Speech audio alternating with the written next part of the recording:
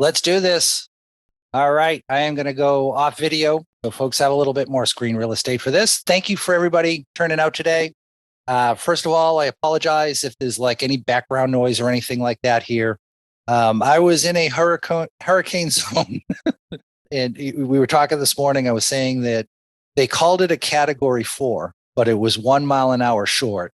So that's like saying, well, you only have $999,998. Technically, you're not a millionaire. No, it was Cat 5. So, like I said, priorities. I got the VMs up. I got the content done, got the script uploaded, but there's some things missing like hash. So I apologize for that, but we're doing the best we can with this. Thank you for the awesome group of sister teams we have here that work on making these events just go really, really well. And I'll loop back into this a little bit later, but we've got Wild West Hackin' Fest next week. It's going to be in person and virtual. So you can attend virtually, which is what I plan to do, presuming I have internet by then. Well, actually, I'm going to need to have some form of internet because I'm going to be teaching the advanced network threat hunting class. So if you get through this class and you decide, hey, this was fun and I want to learn more stuff in more detail, that's the one to do it. This class, I spend more time doing lecture than I do in the advanced class. The advanced class is really, okay, here's our process for threat hunting. Do it with this file. Okay, now let's do it again with this network trace. Now let's do it again with this next network trace, and over again to kind of help do that. The class is a little bit more expensive than it normally is, but it includes a free ticket to Wild West Hackin' Fest, so that's kind of cool. And it's also the last time I'm going to be running the advanced threat hunting class this year. So I don't have another date for that class scheduled yet. Download the VM, download the VM, download the VM. Yes. If you have not downloaded the VM yet, please do. You've got a couple of different options. There's one that's specifically for VirtualBox. There's one for VMware. And then there's a generic OVA that you can download if you're running on some other platform that should work for you that way. If you can't download the VM for some reason, get yourself an Ubuntu 18 system. This can be a virtual machine running in a cloud instance someplace. It can be a VM on your local system. It doesn't matter. And you can download the install script for the class and then just run that. I will say if you run the install script, once you're done, you got to log out and then log back in again. And once you do that, everything is in your path and all of that will work just fine for you. There's also an option for running on DigitalOcean.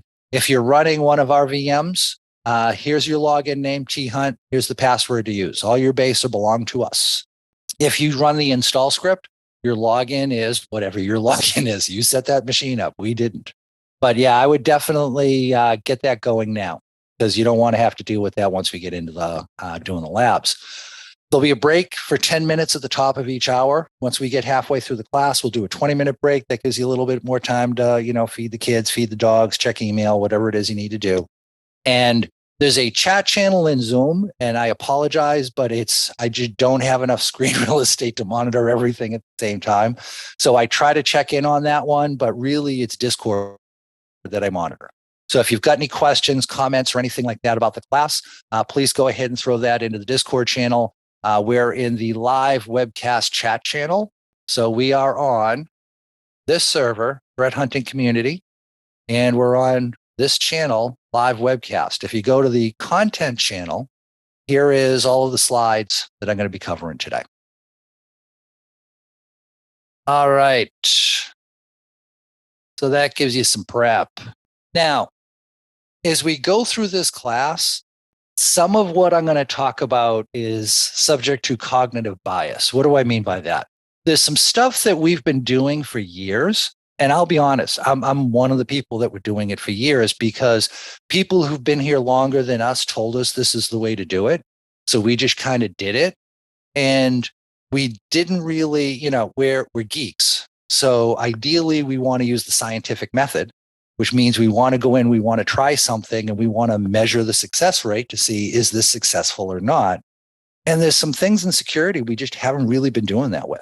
It's in different security attestations. So I guess we must have to do it this way, and we don't really think about it. So I'm going to throw some ideas at you that you may not have heard in other talks. Please keep an open mind, because I'll also go through the data that shows why I feel the way I do about some of these things. So when we talk about how do we catch the bad guys, right? So we set up all sorts of security things. We've got firewalls, we've got endpoint, intrusion detection. We've got all sorts of, two-factor authentication. If you've got a bingo card, you're going to doing good with all these keywords, right? We've got all sorts of things that we go through and do to make sure that we try and find the bad guys, right? And part of that is centralized logging. So the concept is, oh, hey, we'll collect logs from all of our systems. We'll bring it into a central location. At that central location, we'll then write some signatures to try and pattern match on things that, are potentially evil or in our environment. And when those patterns match on things, we'll generate an alert and we'll follow up on the alerts. And for anybody who's, worked a SOC or been in security for any period of time, this whole process sounds really familiar, right? Because this is actually a requirement as part of many security attestations. Unfortunately, there's a lot of limitations with trying to catch your bad guys this way. Starting with, are you sure you're logging everything? Every environment I've been to, right? I used to do a lot of consulting. Every environment I went into where they said, we're doing centralized logging, we're logging everything. Yes, we're certain we're logging everything. We always found major components where they weren't. I'll give you a great example. Active Countermeasures. We make a threat hunting product. One of our first initial customers came in, bought the product. They were one of those we centralize log everything companies. We've got full visibility of our environment. They were convinced that they could see everything. They rolled out threat hunting within their environment. And within days, I found a couple of IP addresses that were acting suspiciously and got back in touch with us and said, hey, we're seeing this weird activity. Can you take a look at this with us and see if it's something we need to worry about? And they had like 3 or 4 different IP addresses that were all beaconing out to the same IP address that was in Guangzhou, China. And we said to them, well, do you have a field office in Guangzhou, China? No. Do you have a business partner in Guangzhou, China? No. Do you have a vendor in Guangzhou, China? No. Then, yeah, this is probably something you need to worry about. Well, as it turned out, what happened was their facilities team had bought a bunch of IP-based cameras so they could monitor different parts of their physical facility. And these things were pre-compromised by the vendor, which is probably what helped keep the price down. They were taking pictures of the inside of their environment, and they were, you guessed it, sending these pictures off to Guangzhou, China. There was no centralized log. There was no logging facility for these cameras. So that was now they just deployed them and didn't bother setting that up. So they had no visibility that some outside entity was taking pictures of the inside of their physical facility and shipping that out to the internet. But they as soon as they started monitoring the network for the right stuff, they picked up on it right away. So I'll loop back into that concept as we go through. So this concept of, you're logging everything, you're probably not. And part of the challenge here is this is a fail open system. What that means is I can usually take a device, plug it into the network, and it'll get internet access. It can get potentially compromised. And just because it's not collecting logs, it won't be prevented from that actually happening. In other words, it's not like when a system comes online, there's some check that says, are you submitting your logs to the central system? If not, we're not going to let you talk on the network. 99.99% of environments are not set up that way. So this is what I mean by a fail open system. Now, we talked about we're matching on signatures. What are signatures? Well, signatures are basically regular expressions. So we go in and we say, if you see this pattern of characters, or if you see this pattern of characters X number of times in, X number of events and Y amount of time, this is what's interesting and when we need to go and generate an alert. And this will help us catch some of the common stuff. But the problem is adversaries are coming up with new techniques all the time. So your signatures that were designed to catch the things a couple of years ago isn't going to help you out today. They're constantly evolving, and we need to be able to catch them as they evolve.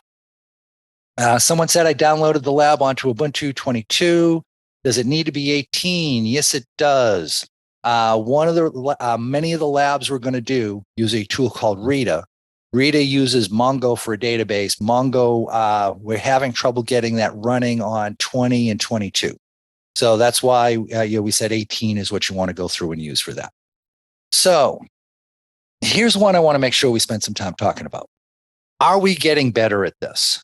because I've seen news reports that say we're getting better at dwell time. What's dwell time? Dwell time is the time measurement of how long does it take between when the attacker makes it past your layers of protection and when you actually detect them on your network.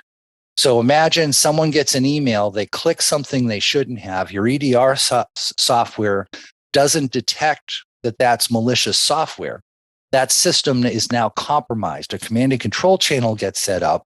Some attacker is remotely controlling a system inside of your environment. So from when that event takes place to when you notice, hey, something's wrong on my network, I've got a compromised system, what's that amount of time? That's referred to as the dwell time. And you'll see a lot of reports say, hey, dwell time's gotten better, right? Dwell time used to be 6 months, and we've got it down to less than 30 days. Isn't this awesome? Here's the problem. We're mixing apples and oranges together. What do I mean by that? What I mean by that is when you look at when systems get compromised, they tend to fall into one or two different categories. One is ransomware, and the other one is more of like an advanced persistent threat. So with an advanced persistent threat, I'm going to compromise your network, and I'm going to plan on being in your network for a very long, extended period of time. With ransomware, I'm not looking to be on your network. I'm just looking to lock up your network so that you have to pay ransom money to me in order to try and get your data back. And with ransomware, typically what happens is it'll get in, it'll infect a bunch of systems, it'll run around the network within a couple of days, and then bang, it locks everything down. And one of the things we're doing, I feel incorrectly, is we're identifying that as a detect. In other words, the malware gets in, 4 days later, it pops up on your screen and says, hey, your hard drive's been encrypted. Pay this amount of Bitcoin to this account, or if you want your data back. We're saying, hey, we detected that in 4 days. Yay for us. Well, no, no, it's too late, right?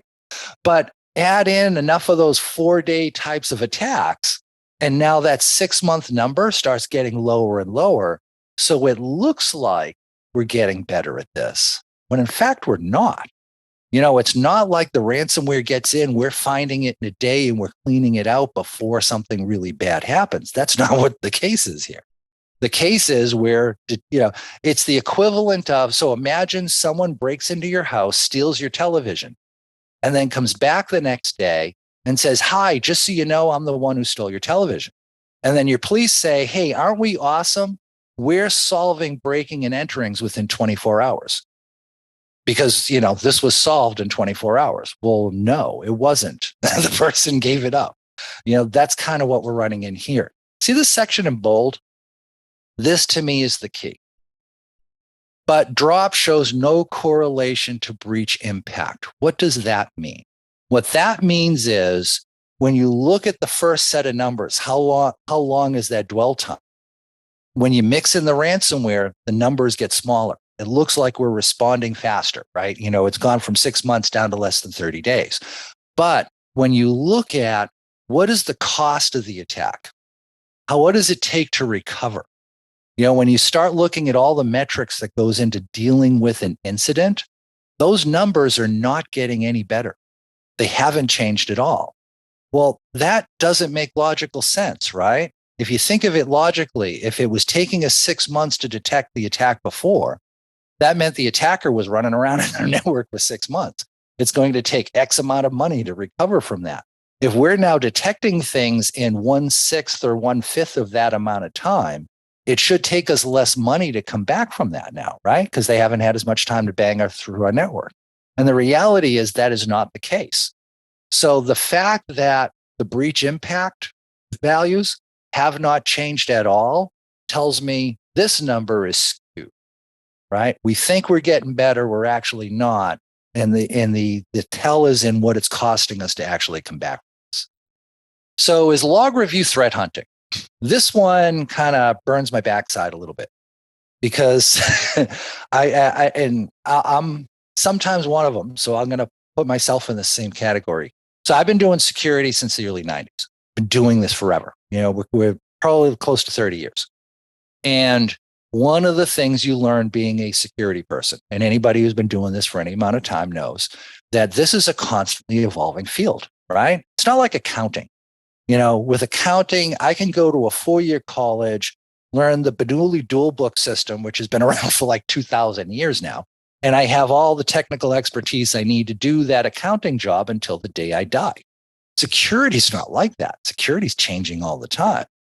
And one of the things that happens is that is you in security for a period of time, you learn a lot of skills, but there's always new skills you need to learn. And I think some people get frustrated by that. So they like to feel, it makes them feel better about themselves to be able to say these old skills I learned, those are still valid.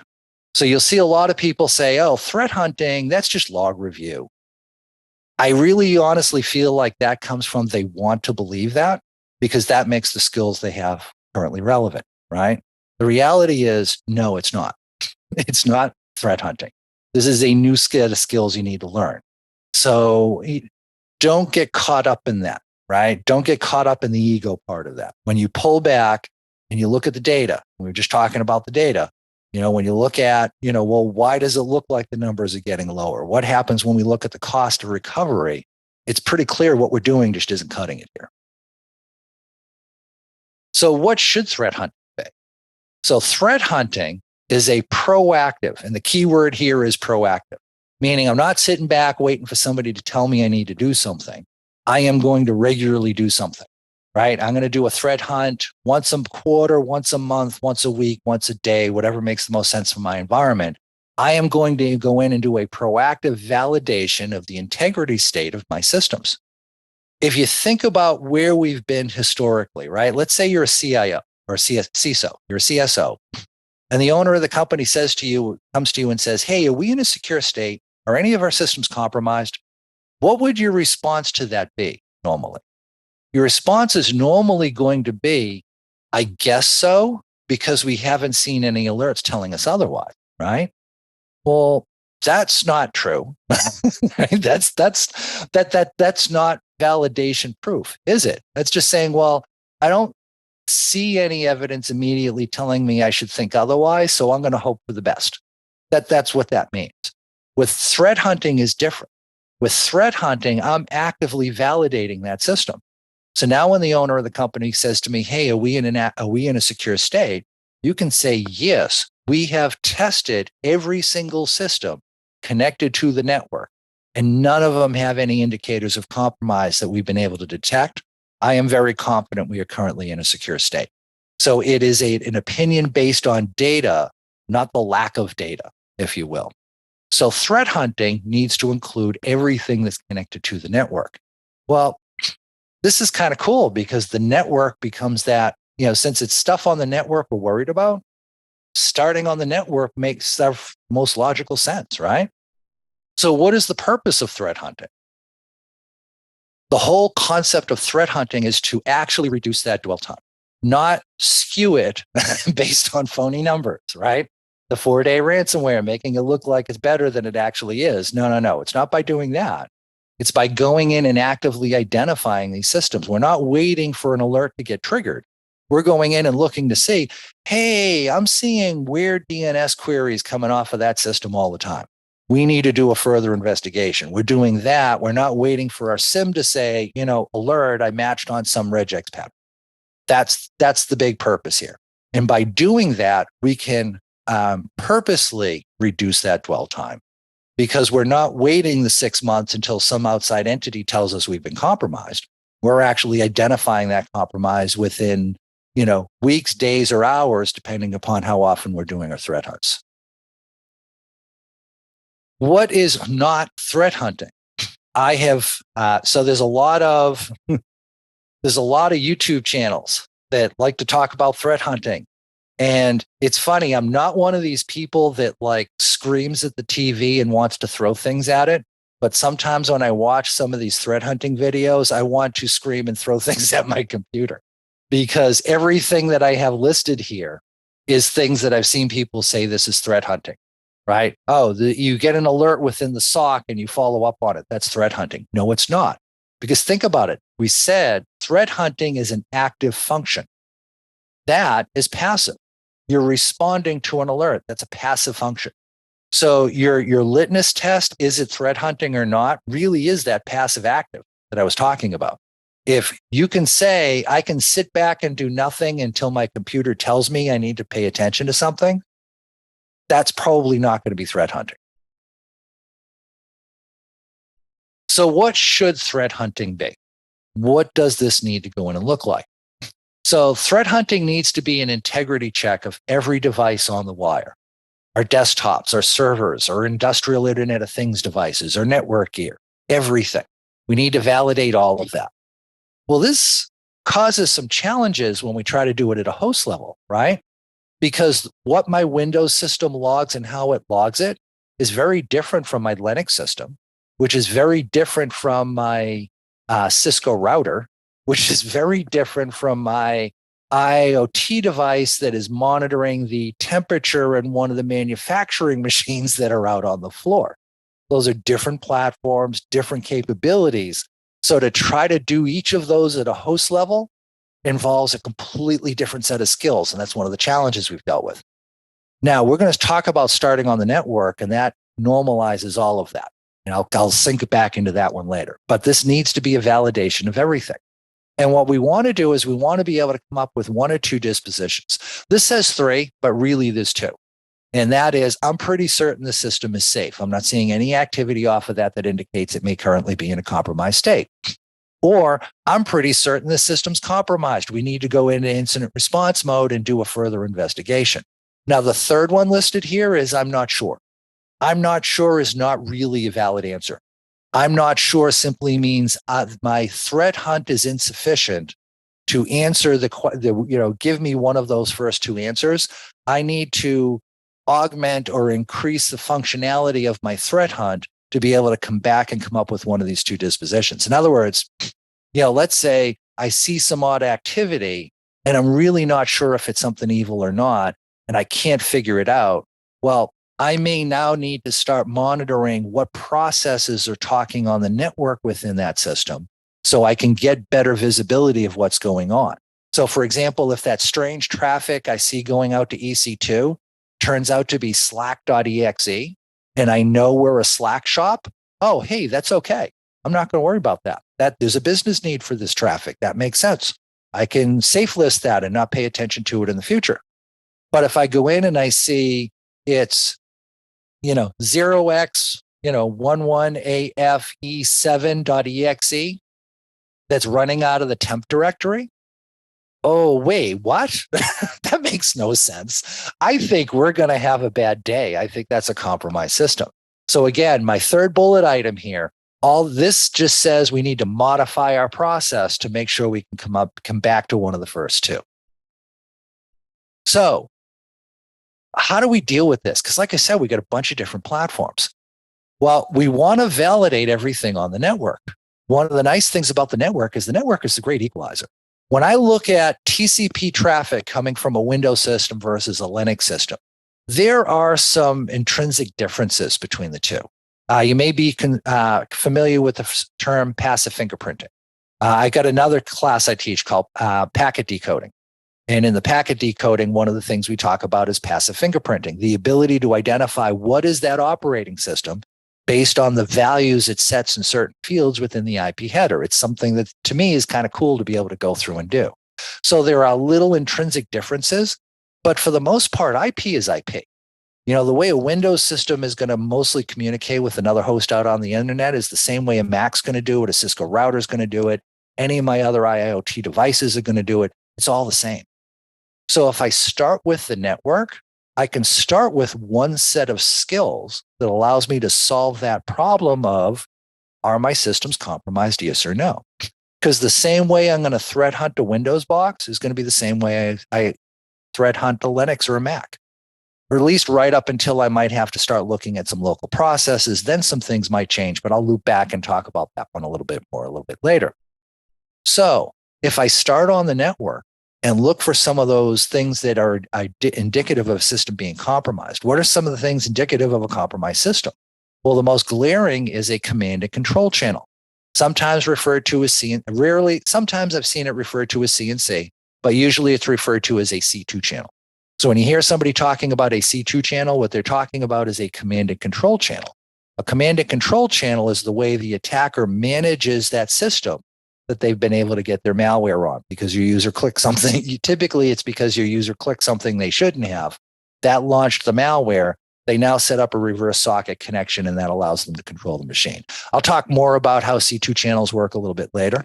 But if we target that C2 channel, a C2 channel on a Mac works exactly the same way as it works on Windows and exactly the same way as it works on Linux from a network perspective. So if I have those networking skills, I can now target that type of malware on any one of those three platforms. Here's an example. So typically what you'll get with a command and control channel is I will have an internal IP address. So this is one of the systems on my internal network. Could be a desktop, could be a server, could be my switch. I don't know. I don't care at this point. What I care about is that system is connecting to this IP address, which is out in DigitalOcean. It didn't look up a DNS name before it started making those connections. And it's doing HTTP connections.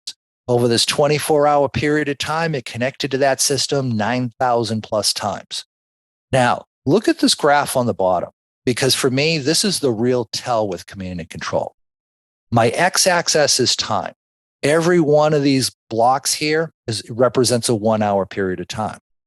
My y-axis is quantity. How many times in that hour did this system decide it needed to connect to that system via TCP/80 and do an HTTP session? So you can see it's about 120 times each hour, which means this thing is connecting out to that system about every 30 seconds or so. Notice this flat line across the top. This is very indicative of command and control. In other words, sometimes they change their timing up a little bit, right? Like this one's fairly consistent at 30 seconds or close to it, but some of them might vary it more than that. But you're going to find about the same number of connections taking place each hour. If I can spot this type of activity, this is a pretty good indicator to me that the system might be in a compromised state. Now, what are we looking at this graph over here? This graph is identifying, hey, out of those 9,000 connections, how much time went by between each connection, right? Because I said it was about 30 seconds, right?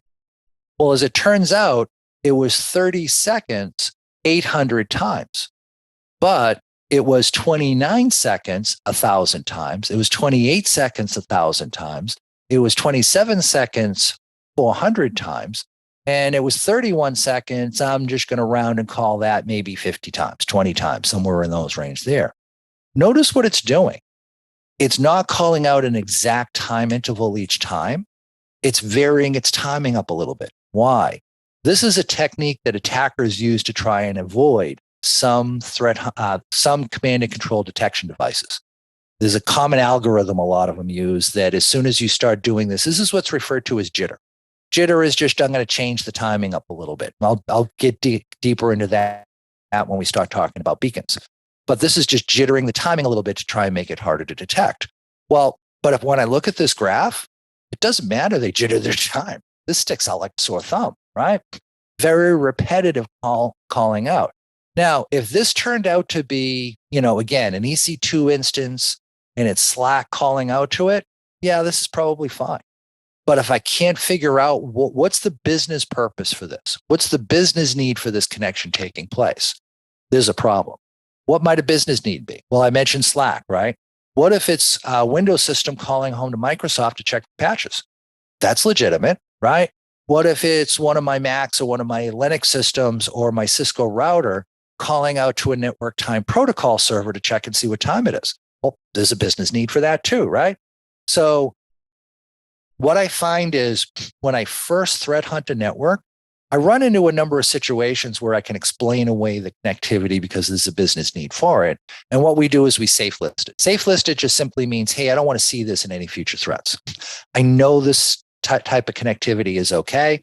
So I want to focus on anything else that kind of looks like this that is not that specific traffic that I already said is okay. And what you find is the first time you threat hunt your network, it might take you 2 days to go through everything. But the next time you threat hunt your network after you've safe listed some things, it might only take you a day. And then it might only take you 4 hours. And then you might find it takes you an hour. That's it.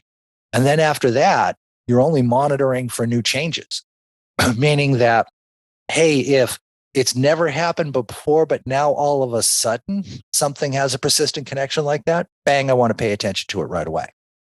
This is how your threat hunt should go. So this bell curve here, this is indicative of a tool called Cobalt Strike. Cobalt Strike is it's a commercial tool that is designed to let you test, creating command and control channels. A lot of red teamers like to use it. Red teamers like to use it because it's commercial software. It's easy to configure. They try to break into a customer's network. This helps them set up their command and control channel. But this bell curve is very indicative of somebody running Cobalt Strike. It's not just the bad guys. Attackers use this too. Sunburst, right? So that was that attack that literally hit tens of thousands of environments about 2 years ago. That used Cobalt Strike to call home. It was calling home every 15 minutes, plus or minus a minute and a half.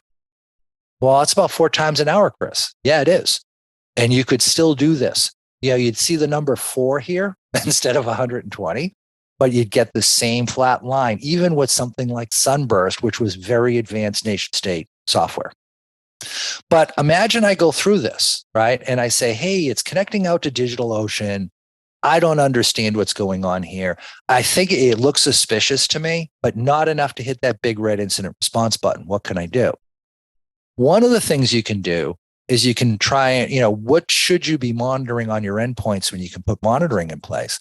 If I can put monitoring in place, one of the things I always want to watch, what applications are talking on the network? Because when you talk about host level logging, it gets muddy, right? Like there are tools out there, both open source and commercial, that try and record everything, right? What process execution takes place, what registry key changes take place, what permission changes take place, field logins. And they record all this stuff. And we have problems of scale once we start doing that. We start collecting so much data from each system. Now what we run into is all the logging increases the network utilization that's taking place. It also increases the storage on our SIM. And it also slows down any queries we do, right? If I'm collecting everything off of these systems, and then I go to my SIM and I say, hey, show me all field logins. Well, there's a ton of non-login related data that needs to get filtered through in order to go through and try and find that. So my queries run slower. So what I always try to strive for is what's the bare minimum? What's the minimum I should be checking off of each system? And for me, it's applications talking on the network. Because think about it. If that system gets compromised and calls out to a command and control server, that's going to be an application talking on the network. Right? If somebody takes over that box and it starts trying to move laterally and attacking other systems, again, that's going to be an application talking on the network. So if I can keep track of that stuff, well, that gives me some really cool visibility, because now I can say, okay, that connection I was analyzing over that time frame, this was the binary running on the system making that connection. Oh, it's just Runtime Broker. What's that? Oh, well, Runtime Broker is the software that goes through and checks other software to make sure they're not trying to abuse their permissions, right? So this is the Windows tool that says, hey, if you've said, and this app can not use my camera, right? This app, I want it to be able to run and it can talk on the network, but I don't want it to touch my camera. This is the binary that goes through and checks that. Well, wait a minute.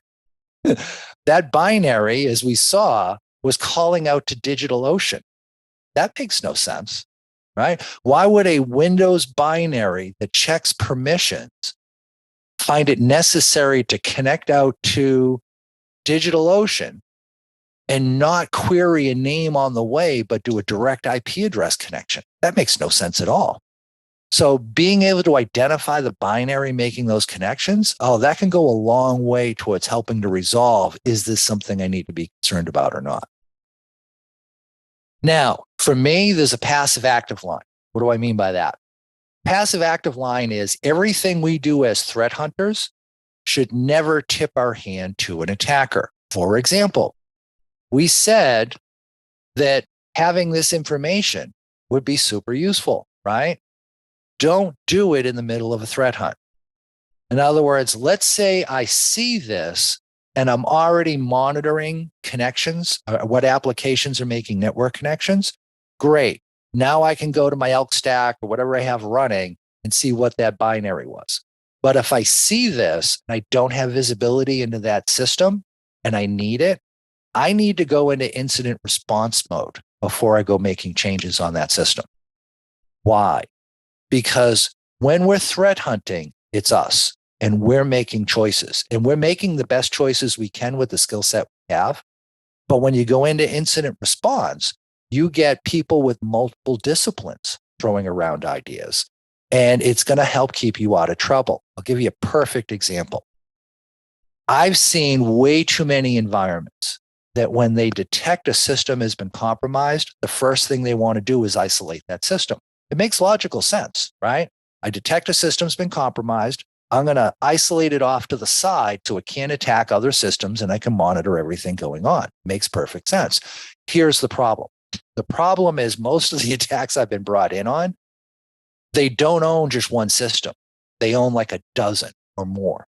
And what they'll do is one system will call home on, every 30 seconds, like we were seeing there. So there's one compromised system calling out every 30 seconds so that the attacker can have very spiffy response time off of that system. But the other dozen systems that they compromised, they're only going to call home like every 8 hours. They're there simply as a backup. So now you take that system and you isolate it, right? And the attacker loses their command and control channel. Well, they're going to know they lost their command and control channel. And now when one of those other systems calls home and says, hey, do you have anything for me to do? They make that their primary channel. They can see that box has now been isolated. That lets them know you're onto them. And what I've seen, what a lot of attackers will do is they'll either dig in deeper or they'll go scorched earth. In other words, they'll just start hey, if you're going to kick me out of your network anyway, I'm going to make your life difficult as part of doing that. So I don't have to worry about hiding anymore. So I'm just going to start trashing things. So one of the nice things about incident response is there may be somebody smart enough on the team to say, whoa, wait, I know it sounds like a good idea to isolate that box, but we should probably make sure we have a full handle on scope to identify if there's any other systems in that same state. So how would I do that in this case here? Real easy. Hey, let me investigate this external IP and see if any of my other systems are talking to it. And if I find 12 other boxes that are calling out to that system every 8 hours, my scope becomes all 12 of those systems plus this one. So now I don't just isolate this one, I isolate all of them at the same time. We've all seen the horror stories where you'll get security folks that say, yeah, we found a compromised system. We isolated the box, we cleaned it, we kicked the attacker off, and somehow the attacker got back in the network again a couple hours later. Does that sound familiar? We've heard that in the news more than once, right? Here's the problem with that. That's not an accurate description of what happened. They didn't get back in. They were always in. They just hadn't detected the other boxes yet. And as soon as the attacker knew, oh, hey, you're onto me, I'm going scorched earth. I'm going to do lots of bad things at this point. So you want to make sure you have full scope. All right. So we want to monitor traffic. Where to start? Well, we got to get copies of those packets as we go by. We can do raw packet captures. This is the way I had done it classically for many years. Or you can use a tool like Zeke. We're going to work with Zeke when we get into doing our labs. Zeke is my preferred tool. What Zeke does is it makes a ASCII copy of the important fields in the packets that go by and ignores all that stuff that as security people we don't care about. So, for example, a unique copy of the ARP packet that went by. I don't need that necessarily. I just need to know, hey, what were the MAC addresses being used, right? And that could be all part of a single line. So Zeke is my preferred tool, and we'll work with that a little bit as we go through. Work with large time blocks. One of the problems I've seen with many of the threat hunting tools that are out there is they maintain state for about 20 minutes. What do I mean by that? I mean that when they go in and they do an analysis to see, is there a beacon or not, they're only looking at about a 20-minute period of time. Well, I mentioned Sunburst. Now, Sunburst was going off every 15 minutes. Well, if I'm only looking at 15 minutes, I'm going to see one, maybe two connections. That's not enough to figure out its command and control channel. But if I'm monitoring 24 hours like we have here, well, now I'm going to have close to 100 connections taking place. And again, it's going to be about 4 connections every hour. So if Sunburst, right? So when Sunburst happened, if you didn't know about it, and it was something you needed to worry about it until December when FireEye came out and did an announcement, you've got poor threat hunting. For the folks that we were supplying tools to and training, they were finding it like August. They didn't know what it was. They didn't know to call it sunburst. Nobody had named it yet.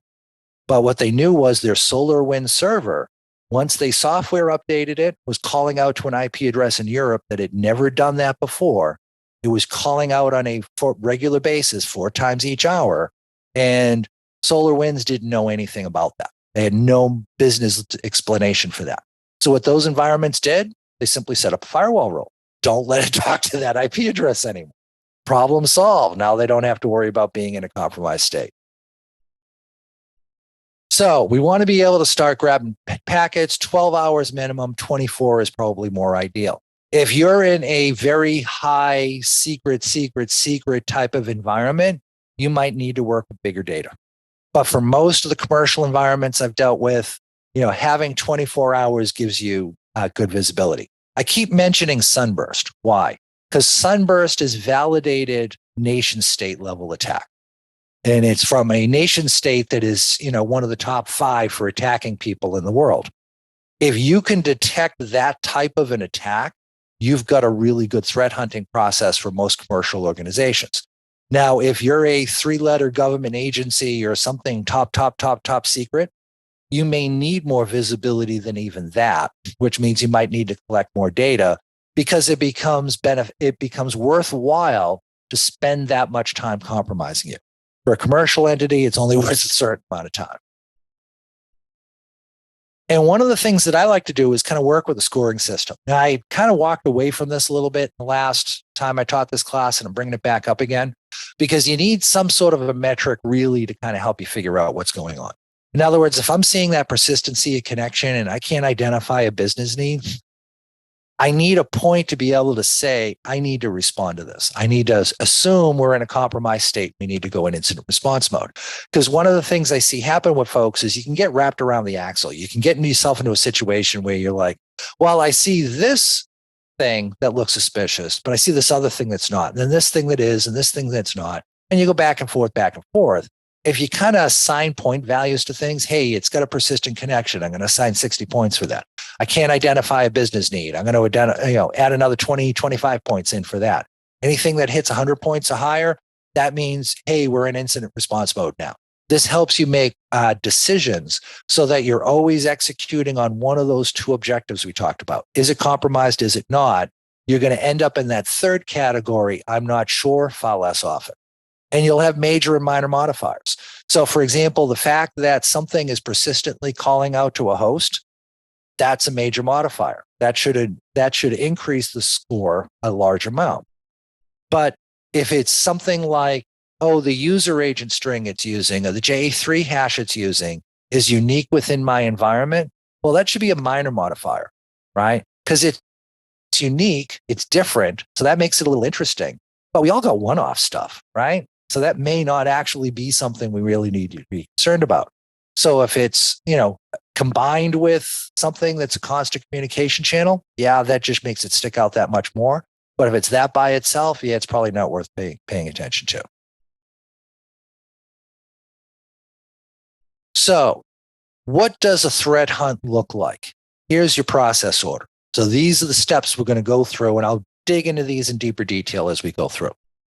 First thing we're going to look for, connection persistency. Do I see evidence of a potential command and control channel? Is my internal system in constant communication with somebody out on the internet? If I find those, my next question is there a business need for it? In other words, if it's calling out to a Windows notification server and it's a Windows system, well, yeah, they do that. So that's okay. I don't need to worry about it. But it's calling out to Guangzhou, China, and we don't have resources there. Yeah, that's going to make it something that's even more interesting.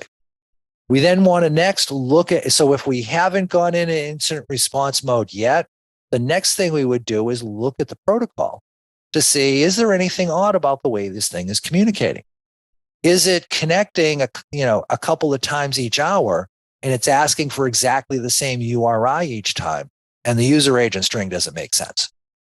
Those types of things. So we'll go in and do more of a deeper protocol analysis at that point. Do a reputational check on the external IP. hey, is there anything out there that might help me identify? Is this something I need to worry about? In other words, my Windows box is calling out to an IP address, and that's a known IP address managed by Windows.com and has been for many years. I'm probably not going to worry about that. Once we finish that, again, if we still haven't gone to incident response mode, now we'll do an investigation of the internal system, right? What app is causing that connection, that type of thing. Once we go through those, we should be at a point where we can say, we think there's a threat or not, one or the other. And if we think there's a threat, we go into incident response mode. We don't think there's a threat, we go in and we add this to our safe list. Does targeting C2 have blind spots? Could we potentially miss stuff? Yeah, nothing's perfect. One of the biggest ones is an example is NotPetya. NotPetya was a worm that was created by Russia that they loaded up on a tax server within Ukraine. And their idea was they were going to attack businesses in Ukraine because all businesses needed to use this tax software. So when they attached to that server, they downloaded the malware, and that went through. It infected the local system. It tried a local exploit against any boxes on the local network. And it went through and it encrypted the drive, and it tried to act like ransomware. It said, hey, here's a Bitcoin address. If you send us money, you'll get your data back, and you wouldn't get your data back. It was effectively a cyber bomb, right? That was indiscriminately could run around on its own and do whatever it want. It was kind of like what happened with the Morris worm many years ago. Morris Jr. did not mean to cause the damage he did. I know him. He used to hang around with his dad. His dad was a very cool individual. He never intended for that type of damage to take place. It did things he didn't expect, and NotPetya was the same way.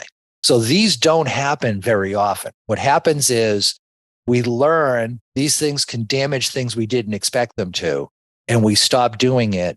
And then enough time goes by that we have green people doing this stuff saying, oh, hey, let's do this. What could possibly go wrong? And then they learn what could possibly go wrong. Like when NotPetya went off, there were systems in Russia that would get trashed, and they hadn't intended for that to take place. So these are rare, but they can happen. And if they happen, if we're looking for a command and control channel, NotPetya didn't use a command and control channel. So it's not perfect. Now, one of the cool things is when you look at red teamers versus bad guys, which ones are harder to catch? My personal experience has been red teamers are hard. Why? Because they have a different business model. What's the business model of the attacker? Well, they got to come up with malware that your endpoint software won't detect. They got to come up with a phishing campaign that'll fool a user into clicking something. They got to get into your environment. They got to maintain that access long enough to pull out whatever intellectual property they're going after or whatever it is that they wanted. There's a lot of different steps in their business model. For the red teamers, what is it? Well, sign an NDR, get customer to sign contract, break into the network, show I could do something, cash my paycheck. That's it. So when you look at like how often does the command and control channel have to call out when it's a bad guy, it has to be fairly quick. It has to be quick enough to do something. Imagine you've compromised, imagine you're working in Russia and you've compromised something in Ukraine and you've got access to their military resources, and your boss comes to you and says, oh, hey, I need you to, take the server offline or do this thing. You can't say to them, oh, well, my command and control channel won't call home for 5 days, so I can't do it for 5 days. No, that isn't going to fly, is it? So it's probably going to go off at least a couple of times a day. Well, as a red teamer, though, if your command and control channel only calls home once a week, that's fine, right? This is a long-term contract you have with that customer. One call home in a week, that's good. That's perfectly acceptable for you to be able to do a screenshot to show you had access to that system. So hire red teamers, see if you can detect them. If you can detect them, you're probably in pretty good shape. If you can't detect them, you might still be okay with the bad guys, but it's going to help you figure out better ways to go about doing your processes. All right, so let's start talking command and control channels. So one of the easiest to understand is just long connections. So long connections is just simply my compromised system calls out to a command and control server and just holds that connection open 24 hours a day, 7 days a week.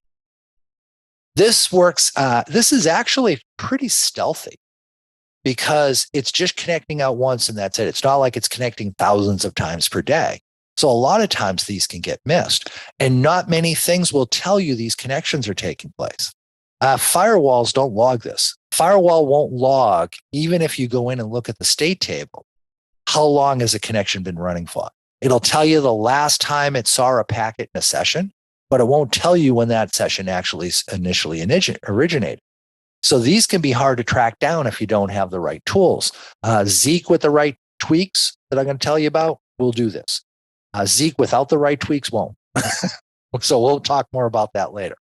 Another possibility is I might set up the connection, run it for some extended period of time, a half hour to an hour, and then I'll go through and close the connection and then restart it again. The nice thing about that is my connections are never that long. One of the things I'll talk about is when it comes to long connections, I look at connections that run 5.5 hours or long. Those are the ones that are interesting to me. You don't want to go too short, right? Like if I start looking at connections that are like an hour, I might actually start getting false positives on big file transfers that are taking place. 5.5 hours, that's usually much longer than any file transfer that's going to take place on your network. So that's usually like a good threshold. Well, what some software will do, Metasploit's a good example of this, is it'll run the connection for a half hour, kill it, restart it for a half hour, kill it. So every half hour it's kicking off again. Well, now my connections never run more than 30 minutes. That's going to be down in the ground noise. You won't notice that from a long connection standpoint. Well, but Chris, isn't that a beacon? It's calling out every 30 minutes. Yeah, it is. Awesome. You're paying attention to the content. You're getting this. That's cool. So yeah, this will end up looking like a beacon, but it's only connecting every 30 minutes, which means it's going to be less than 50 connections in a day. What I've seen a lot of sites do is they'll say, hey, anytime I see 1,000 connections or more taking place between one of my internal systems and a host on the internet, I will investigate that further to see if that system's compromised. Well, this is only doing 30 minutes. So yeah, I'd end up missing that. 5.5 hours, bad guy or somebody downloading video games. Yeah, it could be. It could be, although that would have to be a really, really big video game on a very slow connection for that connection to be running for more than 5.5 hours. That to me would be more of an edge case. So where can I get this timing from? Well, Zeke records that. Zeke, so this is a copy of the con.log file. So what Zeke will do is you can tell Zeke, watch all the traffic going by on the network. So typically, I'll show you, common install and that type of thing. But typically what you'll do is you'll set up a box to act as a network sniffer, run Zeke on it, and Zeke will monitor all the traffic going in and out of your internet link, and it will record summary of information about every session it sees. One of the things it'll summarize, how long did that connection run for? So you can see here, I can see things like the source IP address, the source port, destination IP address, the destination port. This was a TCP session. This will give me some information about what TCP flags that were used. But one of the things it'll show me was what was the duration of that session? How long did it run for? Great. So now I can just go in and look at, how long are my durations? Do I have anything more than 5.5 hours? What I look for is 20,000 seconds or more. That's about 5.5 hours. Now, if you just go in and look at the file, you'll notice, like if I go into the lab one directory, right, and type in less space con.log. And when you do that, it's going to end up looking kind of like this. And notice I've got a lot of line wrapping taking place. I've got a lot of situations where it's kind of hard to read what's going on because everything's line wrapped on me. One of the ways you can go through and you can fix that is to go through and say less space dash capital X, lowercase x, 20, and then the name of the file you want to look at. And you can see this is the exact same file, but everything's now in nice, neat little columns. It makes it a whole lot easier to read. So the dash capital S just says, hey, space everything out. And the X20 is telling me how much to offset stuff for. That's going to make it a whole lot easier to go through and read this file. So let's talk through this command. So here I'm saying cat con.log. So when I say And by the way, if you've never worked with these commands, right, if you haven't done it much with Linux before, go ahead and just play around with this while I'm talking. So you can actually go in and you can actually run these for yourself to see, what do they do when they run? I'm saying cat con.log. See this little pipe character here? This means run a new command. So what you'll see me doing a lot is I'll run one command, and rather than just have the data go to the screen, I'll then go off and run another command after that. That allows me to go through and pipe the output from one command into another to do additional processing on it. It just gives me a lot more flexibility. Let me show you an example. So if I go to my lab one directory, cd space lab one, that puts me in the lab one directory. If I type the ls command, here's all my files. If I say less con.log, notice everything's kind of off shifted. It's a little bit harder to read. But if I go in and I say less space dash capital S lowercase x 20 con.log, oh, hey, look, everything's a little bit better lined up. It's easier to read. The command I got on the slide starts with cat con.log. What does that do? Well, when you see me working with these commands, feel free to just try them. So cat con.log, what does that do? Well, boom. Here's everything that's in that file just scrolling by on the screen. So this first command is just going to list out the contents of this file. Now, rather than having it scroll by on the screen, like you saw happening on my screen, I'm saying, okay, rather than scroll it to the screen, send it to Zeke. Zeke allows me to go through and cut out certain fields. So for example, see these field names across the top? I have TS, I have UI, ID.org_H. Those are the titles for each of these fields. I can go in with Zeke and I can say, hey, rather than showing me everything, I only want to see these specific fields. And in the example I've got here, I'm saying I only want to see the source IP address, the destination IP address, and the duration of time. How long did that connection run for? When this IP connected to that IP, how long did the connection run for? Then I'm piping it through the sort command. The sort just sorts that data. So I'm saying sort -K3. What does that mean? Well, normally sort will start sorting on the very first character on the line. -K3 says, don't start sorting here. Go to the third field. 1, 2, 3. Well, my third field is my duration. So this is going to sort based on how long the connection was running for. -RN means the -N says this is a number. Don't process this as an ASCII character.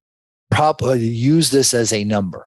I want to make sure my big numbers end up at the top, smaller numbers at the bottom. -R says reverse the sort. So normally sort will sort from lowest to highest. -R says sort from highest to lowest. And then I'm piping it through the head command. Head says just print out the first 10 lines. Now, let's say I'm doing a thread hunt and I want to go looking for my longest connections. Well, if I run this command against my data, bang, here are my longest connections. Now, I said anything 20,000 seconds or larger, that's something I want to pay attention to. If I look at my durations that are listed here, only one of those is longer than 20,000 seconds, this first one. So from a thread hunt perspective, I would focus on this first connection, ignore everything else. So I also noticed somebody else made a comment, hey, I ran that command that's in the slide and I got different results. Yeah, you would. It was different. It's probably a different lab directory. But I went through and did this just so you could kind of see what you should see. So if you went through and tried to replicate the command, you should see something a little bit closer to this one. So again, just to kind of review what that command is. So it's cat con.log. And again, if you see that little line character, right? It's referred to as pipe a lot of times. Anytime you see that, anything in between pipes are just different commands. So if I want to see, well, what does this command do? I can just go ahead and run that, and you can see that just scrolls a bunch of stuff on my screen. So now I'm going to say, okay, the next portion of the command that's shown on the slide is Zeke, and that says Zeke ID.org_H, ID.RESP_H, which is Zeke lingo for source and destination IP address, and then duration. So if I go through and just type that, because then after that was another pipe character. So if I just type this much of it and that's it and hit enter, oh, hey, look, it's going through and showing me all my source addresses, my destination addresses, and the durations for each. Great. What do I need to do next? Well, next, I probably want to sort it, right? I want to sort it not from left to right. I want to sort it starting on the third column. And I want to sort it going in and showing, RN. So reverse sort highest to lowest, do it as a numeric value. Now, if I hit enter on that, well, now it just scrolls all my data off the screen. So that's not really helpful. I want to be able to see those long ones. So now if I go in and I say, pump it through head, oh, now we see this. Cool. So if you took that command that's in the slides, tried it yourself, this is the type of output you should see. That's basically it in a nutshell. And you can automate a lot of this stuff. In other words, I'm sitting here and I'm typing this command, but imagine Zeke's collecting this data. I could have a cron job go off at 2:00 in the morning and do this for me. I'll put this into a file. So now I come in and I just look at, is there anything in here I need to be concerned about? Yes or no? That's my threat hunt. And all the data is pre-processed for me using silly little shell scripts. All right, let's get back into the content. So this was working with the raw Zeke data. One of the other tools we're going to work with is we're going to work with Rita. Rita will also show you long connections as well. And what I like about Rita is it not only shows me source IP, destination IP, what port they were talking to, it'll show me what was going on at the application layer, right? And then here's the amount of duration and time, and was the current connection closed or open? I'll talk more about that in just a second. But what's this dash thing here? What's going on here? Like here it's saying 80 TCP dash 80 TCP HTTP. What's going on here? What Zeke will do is Zeke will watch the beginning of a session, and it will try to identify what protocol is being used. Because if you think about it, once you connect to a port, the way I would negotiate an SSH session is different than the way I might negotiate an HTTP or an HTTPS session. Right? Those are going to be different. So Zeke will watch for that, and it will record it when it will see it. Now, one of the things you run into sometimes with long connections is if I'm working with 24 hours worth of data, look how many seconds this was running. How many seconds is 24 hours? 86,400. Well, if it's 86,400, and this is coming in very close to that 86,400, this connection probably started before the data capture that I'm working with, which meant Zeke didn't get to see what was the application being used. If I see this with beacons, I get nervous. If I see it with long connections and the connections were running for a very long period of time, yeah, that can happen. Sometimes you'll see something like this. So I probably had one connection that tried to connect and the connection just didn't work right. And then it reconnected and it used HTTP. That's why you might see two different things taking place here. But Rita will print all this out. And knowing what the applications were can kind of help you figure out, is this something I need to be concerned about or not? Oh, one other thing. Notice here, it's saying this TCP 443 traffic was SSL. You might look at that and say, whoa, SSL, we're not supposed to be using that anymore. It should be TLS. Zeke will generically label both SSL and TLS traffic as being SSL. So this could be TLS. I'd have to go to the Zeke log files to figure out either way. Now, one of the things you can do with the reader output is I can use a $H, and this will clean up the output. Notice instead of looking like this, where it's all comma separated and it's kind of hard to read, this is all nice, clean little column. So as you go through and start working with Rita, when we're doing the labs, keep this $H in mind. That may, help clean up the output, make it a little bit easier for you to read. Also notice it converts the number of seconds for you. So instead of looking at, 86,300, blah, blah, blah, it converts it, and it's usually a little bit easier to follow.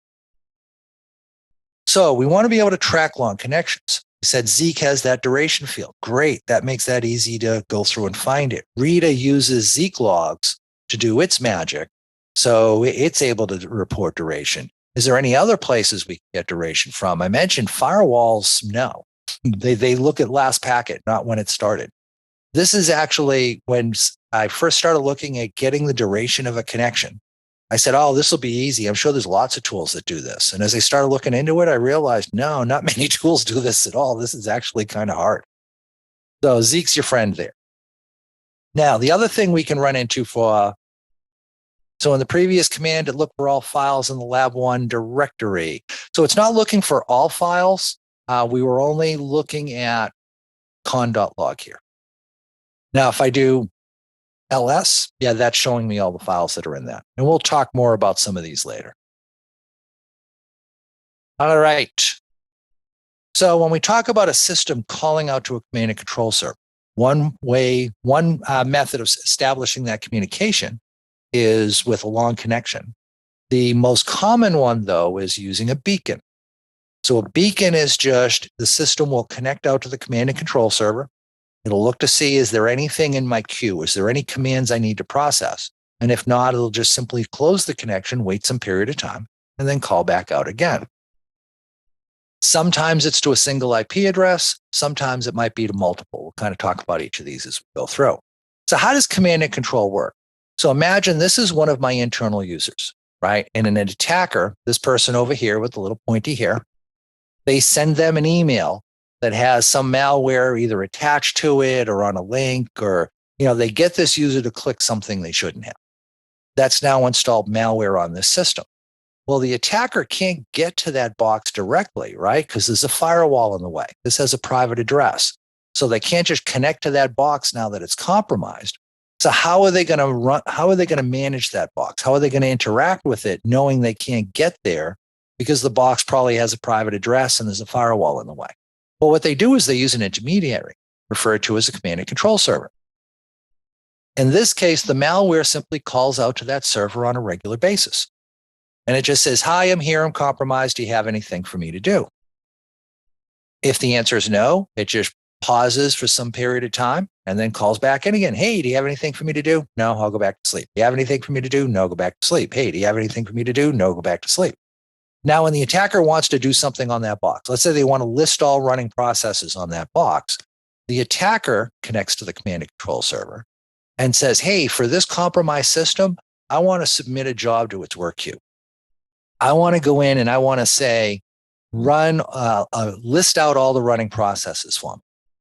And the command and control server will queue up that command. Now, the next time this thing calls home and says, do you have anything for me to do? It's told, yes, execute the, TList command or whatever.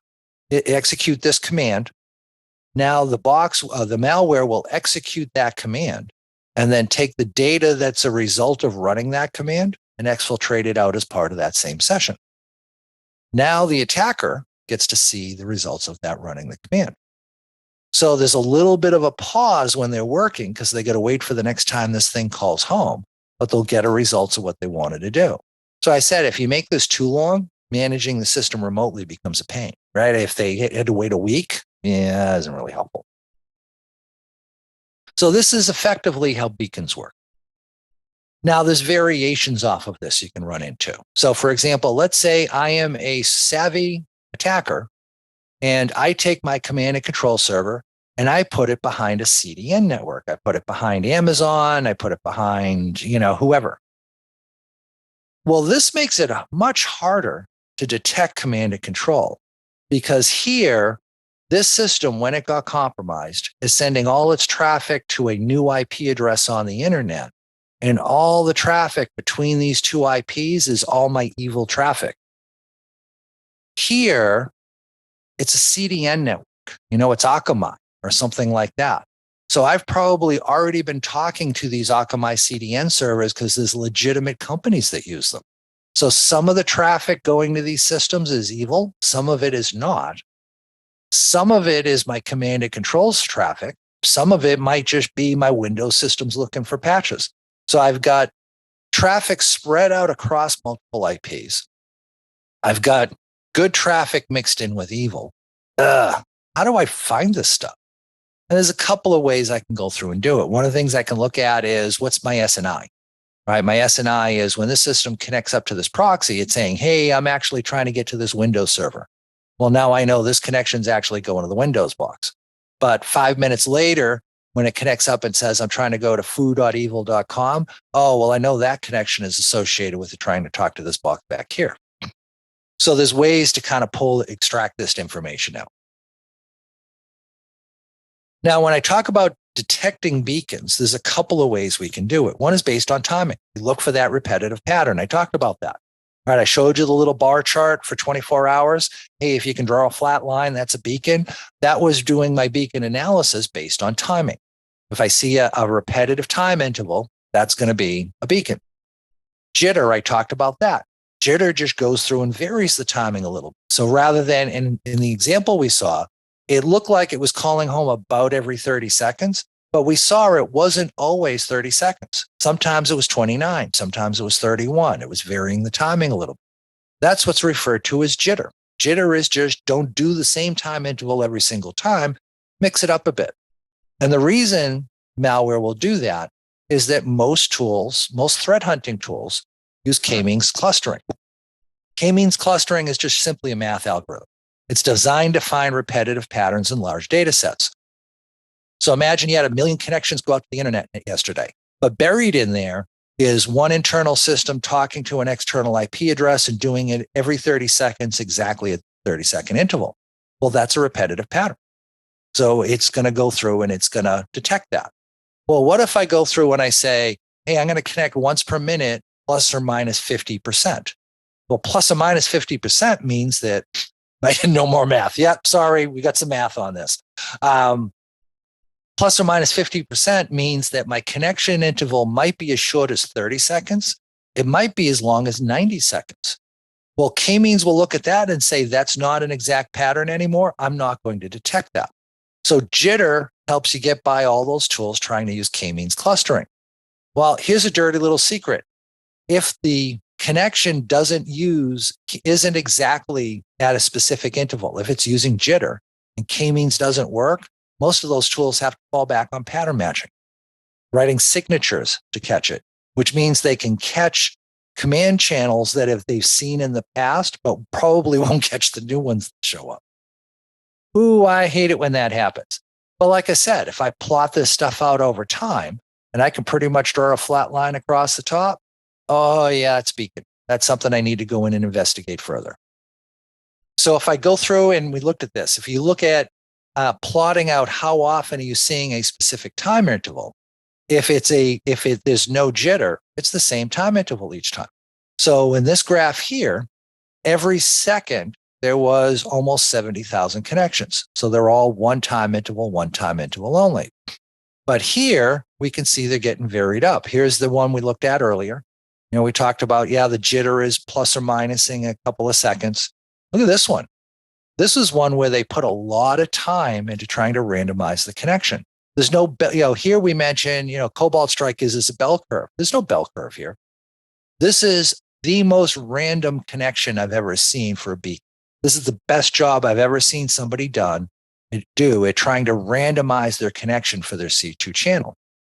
But think about this. If I look at this in 1 hour blocks over a 24-hour period of time, a lot of this jitter gets normalized out. In other words, for every time it was at 5 seconds, it was, at 46 or 47 or whatever this is. That's going to kind of bring me more into the middle around that 30-second time interval. In other words, even though they did a good job of randomizing, I see a lot of connections here, fewer here. I'm going to end up with a mean time around here that's still going to end up looking like a flat line over a 24-hour period of time. I can also try to detect beacons based on session size. What do I mean by that? When you talk about how does a beacon work, right? We said a beacon's going to call home and say, hey, do you have anything for me to do? Well, if it's doing that relatively quickly, every 30 seconds, every minute, something like that, most of the time when it checks in, there's not going to be any commands waiting in queue, right? Well, it takes a certain amount of data on that channel for that compromised system to check in and say, do you have anything for me to do? No, okay, I'll go back to sleep. And then check in again and do the same thing. That's a certain amount of data depending upon what command set they use. Well, every time I check in and the command is, I have nothing in the work queue, go back to sleep, that's going to result in the same session size every single time. So if I start looking at connections and I see the same session size going back and forth a lot, that might indicate a beacon. And if I combine that with the time detection we talked about, I can more accurately tag these things as beacons. Further, what's kind of neat about session size is I can actually identify activation. Think about this. So here is the amount of data that goes back and forth when the system checks in and says, do you have anything for me to do? And the answer is, nope, there's nothing in your work queue, go back to sleep. What does it mean when the data size changes? Well, the only thing it could mean is it checked in and said, do you have anything for me to do? And it was told yes. And whatever it was told to do resulted in this additional data getting transferred. This is kind of cool because if a system gets compromised, what are people going to want to know? They're going to want to know, what did the attacker do, right? Well, here's the problem. A lot of times, most of the time, attackers will encrypt their data.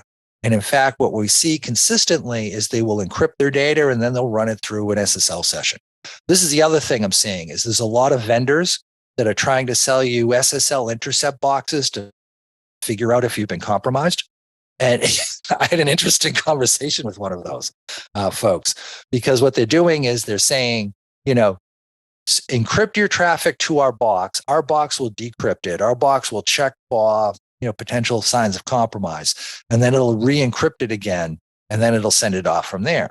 And of course, my biggest concern with that is always, so now your box is a single point of security failure. If I can get into your box, I could potentially see all of the plain text traffic going out from everybody that's going by. That's not a good thing. But the other problem is attackers typically encrypt their data, and then they run it through a TLS session, which means there's 2 layers of encryption, which means if you pull off that TLS, it's still ciphertext. There's still another layer you got to decrypt before you can actually get to the plain text that's going to tell you what's going on. So trying to decrypt TLS traffic to identify C2, from my personal experience, it's not a very effective way to do it. It's great if you're a vendor, because now you can sell that environment on a box that you charge a lot of money for, and you can sell them on the maintenance box. But from being that network, it's not really that helpful because you're not going to detect anything new because, again, most attackers are double encrypting their data. I mentioned this to a vendor I was talking to one time, and their answer to me was, well, but at least you're that much closer to the plain text. We've pulled off 1 layer of encryption, so you're at least a little bit closer to the plain text. No, that's not how this works. 1 layer of encryption or 15, it doesn't matter. It's still not the plain text. It's not like the person I was talking to made me feel like they thought it was like binoculars, right? Like if you're looking at something across a field and it's a little blurry, if I use 10x binoculars, it'll be a little bit clearer. But if I use 30x binoculars, it's even clearer than that. No, that's not how encryption works. And oh my God, you're creating boxes and putting them on people's network? I don't think so. So yeah, trying to encrypt this stuff doesn't really help, but looking at session size, okay, if 300 bytes went by, I don't know what the command was, but stop and think about this. What can I do with 300 bytes? Not much, right? Maybe look at files in a directory, maybe look at files owned by a certain process. There's not much I can do. Now, let's say my boss comes to me and says, hey, did they get to the customer database? And the customer database is 1 gig in size. Well, if the largest file transfer was 300 bytes, no, they didn't get our 1 gig database. I can be very confident in telling them, no, they did not download our database yet because we never saw a transfer big enough. Now, if I do this type of an analysis and I see a 1 gig session and they ask me that question, oh yeah, no, we're probably going to have a bad month. I don't know for sure they got the database, but if the database is a gig and one of our file transfers was a gig, it's probably, we're going to have a pretty bad day. I can't guarantee we'll have a bad day, but I'm pretty much 99% certain. So like I said, leveraging this, normalizing this stuff over a long period of time, looking at larger time blocks, that makes it much, much easier to go in and detect this type of activity. And like I said, a lot of it comes down to business need. And sometimes you can kind of automate this. Like my Windows box is calling out to windows.com. Yeah, that's probably just Windows being Windows. But some of these really need a human to kind of run stuff down. And I'll give you a good example. So we're seeing multiple connections taking place. And this IP address was trying to get to client.teamviewer.com when it connected to this IP address within the Microsoft network.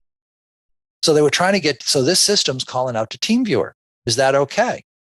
Well, it depends, right? Do I expect TeamViewer to be on this system? If I do, this is okay. If I don't, whoa, wait, what's going on here? And I've been on hunts like that. I've been on hunts where we will ask the customer, hey, do you have TeamViewer running on any of the boxes? And they'll say, yeah, we got TeamViewer running at these 3 IP addresses. And then we go in, we test the network, and there's 15 different systems calling out to TeamViewer. Well, in that case, there's 3 instances of TeamViewer good, right? But there's, 13 or 12 other instances of TeamViewer bad. It really comes down to the environment. So not all of this is a technical decision. One of your really helpful resources that you may not have thought about, your purchasing department. If we're calling out to TeamViewer, they're probably a SaaS, like let's say we don't know who TeamViewer is, right? If it's a SaaS service, they're charging somebody money for this. Some department is paying them money. So if I go to the purchasing team and say, hey, so do we pay TeamViewer and which department's doing it? That may help me run down, is there a legitimate business need or not? Because if they come back and say, oh yeah, the sales team is paying for that. Oh, wait, no, the sales team shouldn't be making decisions like this. Or, oh yeah, that's part of the IT department. Oh yeah, okay, they're probably okay, but let's go have a conversation with them just to make sure. They come back and say, no, we're not paying TeamViewer for anything. Oh, I'm nervous now. I'm really nervous now, right? So don't forget about your purchasing team. Can you get false positives? Sort of, right? TeamViewer, like I said, that's a business call. So the fact that TeamViewer was on a box on its own doesn't tell me if it's good or bad. Do we know it's there? Was it put there intentionally? And is it being managed by the right team? Those are the questions that identify whether it's something I need to worry about or not. So it's not so much you'll get a false positive as you may see something and say, no, there is actually a legitimate business need for that. Great. We add this to our safe list. We never look at it again as part of a threat hunt. We're good to go from there. All right, let's talk about some additional detection techniques. So we've gone in, we've identified persistency. Let's start looking at protocol analysis and some of the other things we need to do. Starting with unexpected app or port usage. So for example, you see a system's calling out using the Chrome remote desktop port. And that is not how you manage systems in your environment. Probably something you want to pay attention to. You see Modbus leaving your environment. Well, that's an Internet of Things protocol. That should be between internal systems. That should not be going out to the internet. That's something that you probably want to pay attention to.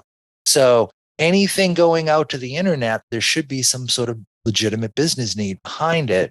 Make sure you've got, what is acceptable internet usage and what isn't. You need to have some sort of a handle around. The other thing to look for is unexpected communications on a well-known port. This is one that's kind of helped me catch the bad guys a couple of times. And the common one I always run into, it's traffic going to TCP 443 out on the internet, which is the well-known port for HTTPS. HTTPS is normally encrypted, so most tools don't bother looking at that port. They say, hey, it's encrypted data. We can't pattern match on anything. Don't even bother paying attention to it. Well, but HTTPS still has a handshake, right? The client will send its SSL hello client packet. The server will send its SSL hello packet. The server will send its digital certificate. There's a structured handshake that should take place at the beginning of that. Now, what if I have a system calling out to a host on TCP 443, but it's not an HTTPS session? That's kind of weird, right? Who set up something on a well-known port that's using a different application and is using that to bring data out of my environment? That makes me nervous. So that's what I mean by it's a well-known port. 80, should be HTTP. 22 should be SSH. If we're seeing a different application use those well-known ports, that should make us nervous. I'm not talking about running an application on a non-standard port. right? Like SSH, instead of having it listen on TCP 22 where all the script kiddies will beat up on it, I'm going to have it listen on port, 2222 instead. And I'm going to make sure my staff knows they need to connect to that port instead of 22. And now that just gets all the script kiddies out of my logs. It doesn't improve security. It doesn't mean I don't have to patch anymore or anything stupid like that.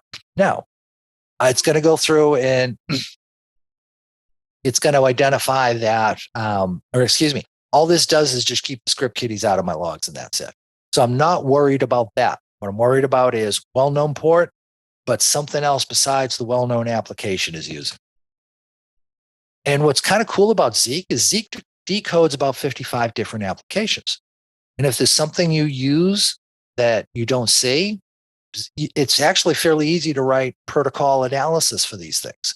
So you can go through and do that yourself. But for most environments, the 55 or so that are built into Zeke is more than plenty.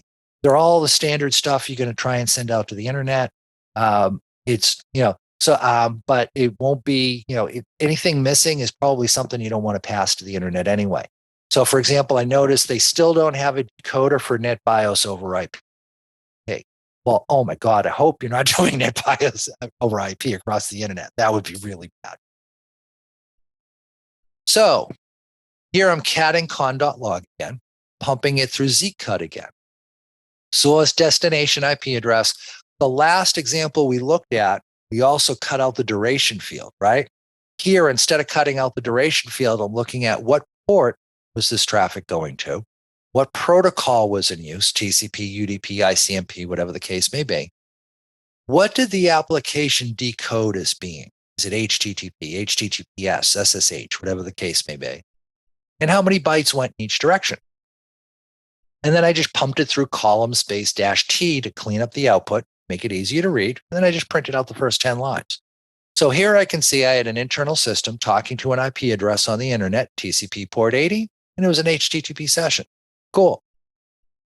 Here's one talking to an external IP, talking to TCP 80, and we don't know what the port was, or we don't know what the application was. That makes me a little bit more nervous. Now, there wasn't much data that went back and forth. So my guess is it was a failed connection. But if these numbers were bigger, let's say I saw this and we moved 20 megs of information, I'm going to be real nervous. But the fact that it was, 40 bytes, 80 bytes, that's just headers.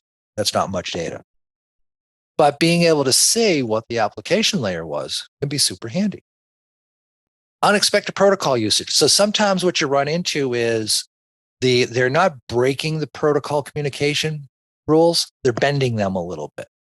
And a great example of that is DNS, because you can tunnel C2 traffic over DNS. Let me give you an example. So let's say I'm an attacker, right? And I've compromised this system. We talked about, the compromised system starts calling out to the command and control server, either directly or through a content delivery network. Well, that means I'm now going to see new traffic leaving the system going to the internet. That's something I might monitor for and I might detect. If I'm a savvy attacker, one of the things I might do instead is tunnel all of my C2 traffic over DNS queries instead. How does this work? So imagine this, I'm this attacker, right? I go out and I register some new domain. So I go out and I register, let's say I register evil.com, just for the sake of examples. And well, when I register evil.com, one of the things they ask me is, hey, where are your authoritative name servers? I list the authoritative name servers as the IP addresses of my command and control servers. So now anybody who tries to look something up in my domain, they're not talking to a normal DNS server, they're talking to my actual C2 servers themselves. Now I compromise this system and I tell it to call home to evil.com, and the query it performs is a coded message that says, hey, I'm here, I'm compromised. Do you have anything to do? How's this going to work? Well, this system is going to send that DNS query to whatever name server it normally uses. Usually that's an internal forwarder, right? And it's going to go to that forwarder and says, hey, I need the IP address associated with this fully qualified domain name. Or in this case here, we're looking for a text record. It could be an NS record, an MX record. There's lots of different options here. DKIM, doesn't matter. It does a query. Well, this system has no idea about this fully qualified domain name, right? So what's it do? Well, it goes out to the internet, goes to the root name servers, goes to the .com servers. The .com servers say, hey, I can't answer that question, but at this IP address here, that's the authoritative name servers for evil.com. Go talk to them. Well, now this forwarder sends out my command and control traffic for me. If I'm monitoring here on my firewall, what do I see different? Nothing, right? My DNS server is making DNS queries. It does that all day long anyway. So I may not even detect that this has taken place. When this request comes in, that's a coded message to the server to say, hey, this is the system I am. Let me know if there's anything in my queue. The answer that comes back will tell the system, tell this malware what it needs to do next. And again, that's going to funnel back through this forwarder. There's nothing going straight to that box. So if I'm monitoring traffic here, I'm never going to see this. And I've seen a number of environments make this mistake. Now, so that's the bad news. The good news is that I can't use the same query every single time, right? So let's say this thing's supposed to call home every 60 seconds or every minute or 30 seconds or whatever. And let's say it does this query again, and it does this query in a shorter period of time than the minimum TTL that's been configured on that server. In other words, let's say this server has been told, cache everything for 5 minutes, right? And now this thing tries to call out 1 minute later. What's going to happen? Well, normally it would hand it out of cache, right? If I'm asking the same question, it's just going to hand me back a cached answer. Well, that breaks the connection to the C2 server. And the attacker doesn't want to let that happen. So the way they solve that problem is they simply make a slight change to the query each time. So next time I might query 2020, blah, blah, blah, blah, 3831.evil.com. Well, that's a new query that'll go back all the way to the C2 server. C2 server will check the queue, give the answer back. So it's going to make different queries each time. Well, this creates an interesting question, right? How many fully qualified domain names does it make sense for a domain to have? Right? Because like if I think about your typical environment, you're going to have a web server, a mail server, a couple of DNS servers, maybe a DKIM record. And, hey, look, we're still counting on fingers on one hand. We haven't even made it to the second hand yet. So like 10 or less for most environments is more than acceptable. Now, then you get large vendors with names that everybody recognizes. Yeah, you might see a couple hundred, but no one's going to have more than 1,000.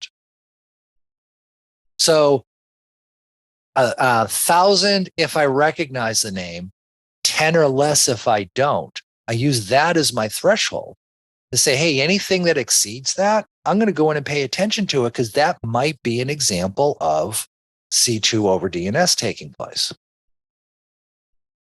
Here's an example of using Rita to go in and detect that. So with Rita, I've gone in and I've said, show me exploded DNS. So what that'll do is Rita will list out for this specific domain, r-1x.com, there were 62,468 unique queries that took place, 62,000 resource records. Well, we said for a domain we don't recognize, and that's a domain I don't recognize, it should be 10 or less. Well, 62,000 is a little bigger than 10, right? So that's one that should catch my attention to say, I need to pay attention to this. This might be C2 over DNS. Now, the second number, this is just the number of total queries that took place. Don't worry about that. That one we don't care about. It's the unique queries that we care about. Look here, we get into akamaiedge.net, legitimate network, right? 154 different resources were queried. Akamai is the biggest CDN network on the planet. They're probably where we're going to see more, unique system names than any other environment. And they're only at 154. This environment we've never heard of before, 62,000. Oh, yeah, no, I got to pay attention to that.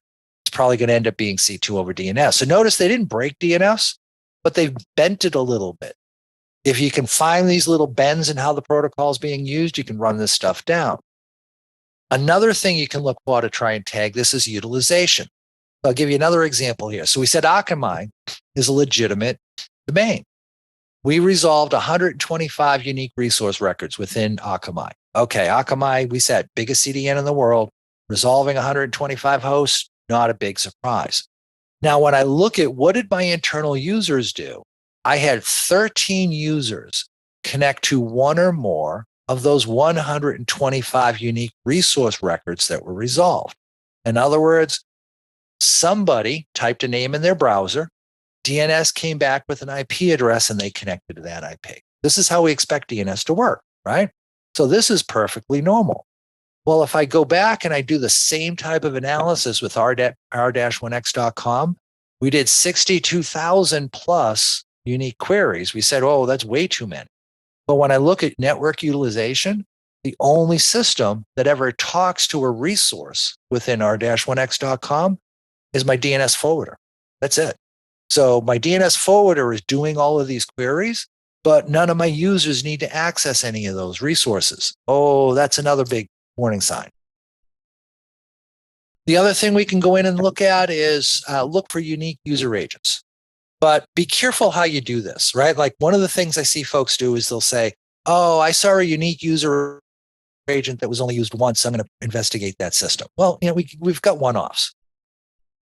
What I've done here is I've gone in and I've looked at for my traffic going to HTTP, my HTTP traffic, regardless of what port it was going to, what user agent was being used with this is the source IP address. And what I'm looking at is how many different target IP addresses were used with each agent string. So in other words, what this is telling me is that for 15 different IP addresses on the internet, this is the user string I used. For 12 different IP addresses on the internet, here's the user agent string that was used. For one IP address on the internet, here was the user agent string I used. Well, this is kind of odd, right? Because both of these user agent strings are associated with Windows 10.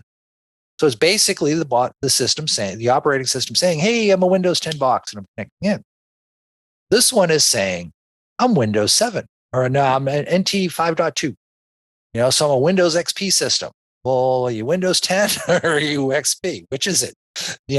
Maybe they're running a Windows XP VM. That's possible, but it's unlikely. Typically, when you see this type of thing, that user string is actually an encoded command and control channel. But tagging stuff like, the fact that most of the time it identifies itself as Windows 10, but with one system, it's identifying itself as Windows XP, that should go through and set off warning bells as well. And you can do the same thing with your SSL sessions. They're encrypted, but there's this tool called JA3, which was created by the Salesforce folks. And what that does is that just basically hashes that client hello that goes by. So if I've got a certain client hello I'm using most of the time, but with one IP address, I use a different client hello packet, oh, that should set off some warning signs for you too. Now, investigating that destination IP address, we can start simple. We looked at, one of them we were looking at saying, hey, it was going out to a DigitalOcean network, right? That can't be Windows calling home. Microsoft doesn't use DigitalOcean. They use Azure, use their own network. So there's some things you may be able to pull out of that. Who are they going to? Are they the potential business partner? Are other IP addresses connecting to it? Have your systems connected to that system in the past? These are all things that can help us figure out, is there a business need behind this or not? Here is some helpful links. So what I like about each of these links is that take bracket IP address bracket and replace it with the IP address you want to investigate. And you can go through and you can pull up information on that IP address. I gave you a bunch of them to work with. Each one gives you slightly different information. I have my personal favorites. I'm not even going to tell you what they are. I'll let you go through and try each of these and develop your own personal favorites to use. But this is kind of cool because I can go through and I can have a link to this in my browser ready to go. And now all I have to do is just change the target IP address and bang, it's going to give me the information. So if I want to investigate that external IP to learn as much as I can about it, these are some really useful tools for that. My internal systems, it really comes down to what data do I collect. This is one that, we got to kind of figure out what to do ahead of time. And I said ahead of time, the bare minimum for me, what are my applications doing that are talking on the network? That's the bare minimum I want to be recording off of every host that I possibly can. So if I've got some internal host logging taking place, like what applications are talking on the network, that can help me run this stuff down. If I go through and I find persistence and I can't find anything standing out about the protocol that looks really odd, and investigating that external IP, I can't really figure out what's going on with that. Having some information about the internal system might really help me out. What I find is that most sites are just, they either have this or they don't, right? With some sites, I can say, hey, what's at this IP address? And the, IT team can come back and give me a running list of, what's the system, what's the OS, who uses it, what patch level is it at? They know everything. Others, it's, oh, let me get back to you in 4 hours. I got to go through DHCP, and that might help me tell you what network card was on that system. I can't tell you much more than that. If you're in that boat, you got to step up your game a little bit. One of the best ways to do that is with Sysmon. So Sysmon now supports both Windows and Linux. Yay.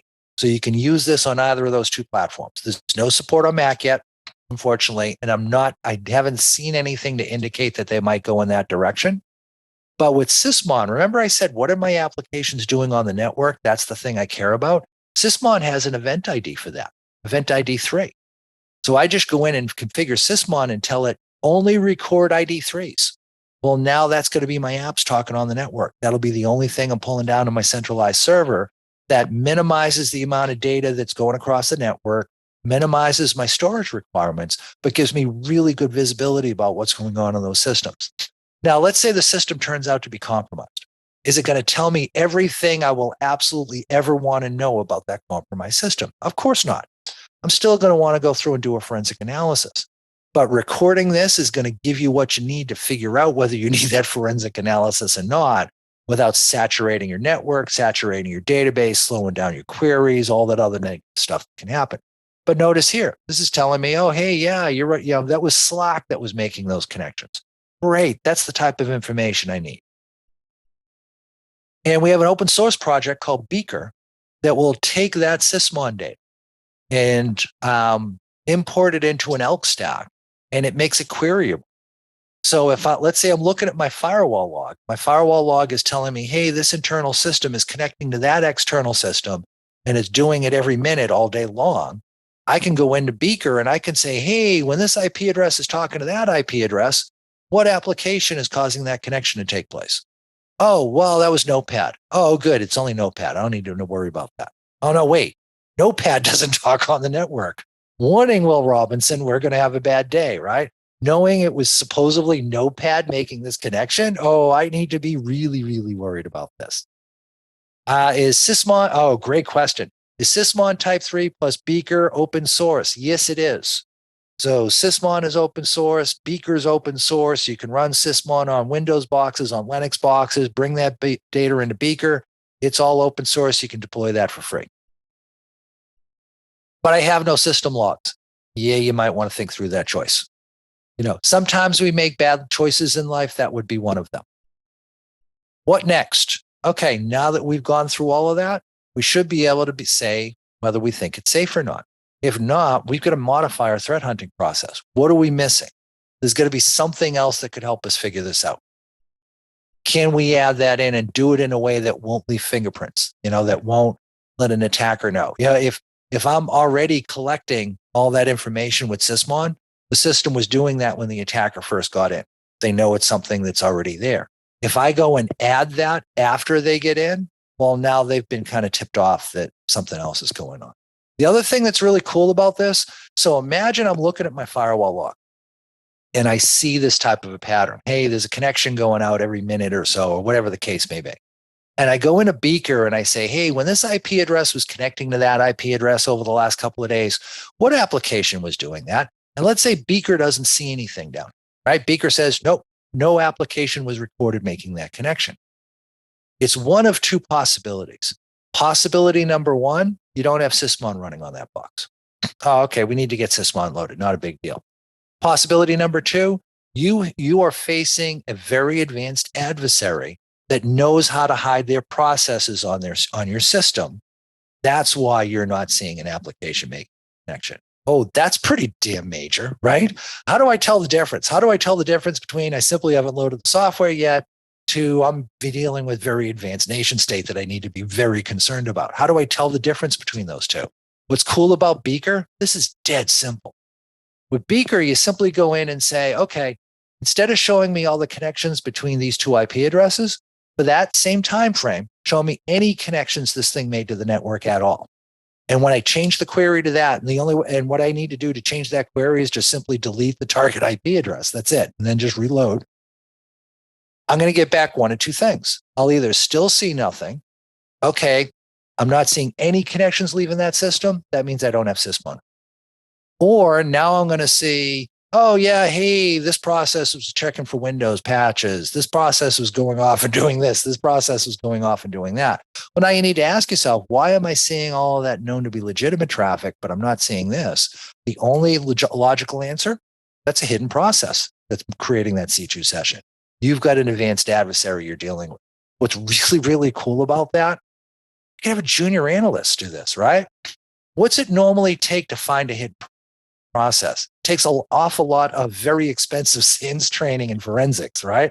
It's going to be, a steep learning curve because it's not just being able to figure out how to image memory. It's being able to figure out how to image memory and detect, is the adversary who knows how to hide the process also smart enough to know, hey, when I see sequential memory reads taking place, that's someone imaging memory looking for me. Let me take my malicious code that's in RAM, swap it to disk, wait until the imaging finishes, and then just simply swap malicious code back up again. Yeah, I've seen them do that before too. So how do I know it's someone like that I need to worry about? A junior analyst could figure it out with this tool. Makes life a whole lot easier. We're around here. Yeah, network threat hunting tools. Hey, let's talk about that a little bit. So tools you can use as part of your threat hunting. We talked about we're going to start with visibility on the network. So one of the best tools for that is TCP dump. Now, this has been around forever. I don't use this anymore myself. Like I said, I like to use Zeke as opposed to doing raw PCAPs. But some folks want full visibility. They want to use, they want full PCAPs. TCP dump is a great tool for that. It's very lightweight, doesn't use up a lot of processing, which is good. So it's a great way to go through and do packet captures. Here's a quick little script that Mr. Bill Stearns pulled together for us that'll allow you to grab all the traffic the network interface sees, take it, excuse me, take that traffic, save it off once per hour, and then give it a date timestamp to identify what hour of traffic it is, and then compress it up again. I noticed a question go by right at the beginning of break that was, hey, so what about cloud environments? You can do this in cloud environments. In fact, if I can dig it up, if folks can't find it, or maybe Bill, I know you know where the blog posts are. If you could post the blog post you did, we've got a couple of them. We have one on how to sniff traffic like this within EC2 and how to go through and do it in Azure as well. So you can go through, you can sniff traffic and do all of this, even if it's a cloud type of environment. Now, if it's a cloud service that's SaaS-based, like email, this doesn't work. But if you're running virtual machines like EC2, with that setup, you can still do this there too. It doesn't matter that it's not in your internal environment. So yeah, TCP dump, great way to go in and create PCAP files. There's a tool that comes with TCP dump called cap infos that can be super helpful too. When we go in and we do things like a long connection analysis, right? Remember I mentioned I like to look for 20,000 seconds or more. Well, what if I've only got a 1 hour PCAP? Well, if I only have 1 hour, it's not worth going in and trying to do a long connection check, right? Because nothing will ever be longer than an hour. So cap infos can be used to go in and take a quick look to see how much traffic has been captured. If I just say cap infos space the name of the file, I'll get all sorts of super useful information about that PCAP. You can try it now if you want to. In fact, here, I'll give you an example. So if I go in, I've got trace1.pcap in this lab1 directory. I say cap infos, don't forget the S at the end, trace1.pcap, and then hit enter. This will go through and this will show me when was the first packet, last packet, data rate, SHA hashes. I mean, there's a ton of information that shows up here. But if I go in and I only care about how big is this file, -AUE will give me what's the duration. That's the one I really care about, start and stop time. So if I look at the duration, right, we said 86,400 seconds is 24 hours. Great, I can go in and I can use this to go looking for long connections. But if this came back and told me it was only 3,600 seconds, well, that's only an hour. It's not worth doing any type of a long connection check with that. So that's cap infos. That can be helpful. Then there's T-Shark. T-Shark is a very cool tool. This is one of, I have to be honest, this is one of my favorite network tools. T-Shark is like TCP dump in that you can use it to go in and grab packets. Think of this as the command line version of Wireshark, because that's actually what it is. So all the decode capability that's built into Wireshark is built into T-Shark too. It works at the command line. Well, this allows me to do some really cool things with it, like extract out only certain fields. With one of the limitations of TCP dump is it's always going to show you what it's going to show you, right? Like, let's say I want to see the source and destination IP address in the TTL. Well, I'm going to get everything regardless of what I want. And I'm going to have to pull those bits out and all the data that's probably line wrapping and everything else. But with T-Shark, I can go in and I can actually specify -T fields and identify the specific fields I want to see. And it will print those fields and those fields only. That can be super useful when I'm going in and doing some data processing. So for example, here I'm saying T-Shark, read this file, sample.pcap, and don't show me everything. I only want to see -E, the http.user_agent field. Well, think about that. This is almost like a little mini filter. Unless it's unless it's traffic that is HTTP based, it isn't going to print anything out. It'll only show me HTTP, and it's only going to show me that user agent string when it's there. Now, I could create a filter for this if I want to, which I did here. I said, only print that field if TCP.destination port equals 80 or equals 80. So now it's limiting it to HTTP traffic to port 80 only. And then I'm just saying sort unique C. What this is doing is sorting is saying, hey, anytime the user agent string is the same, put that one line after another. Unique C-C says count it and only print out a single instance of it. Sort-N says sort it and do it as a numeric value. I did it lowest to highest. If I said -RN or -NR, that would do highest to lowest. But it's usually unique user agent strings that are the most interesting to us. And then I just pumped it through head to only show a few lines of output. And hey, here's all my user agent strings that it saw within that file. This is usually everybody else's favorite tool. And I like Wireshark, but Wireshark is kind of always the last tool I go to, mostly because it's got so much overhead to it. It only works with a graphical interface. So I can't use this over SSH unless I'm going to like tunnel an X window session, which is kind of a pain in the backside sometimes. I got to load the entire PCAP into memory in order to get this to work. So one of the things, we're talking about like 24 hours worth of traffic that we want to analyze.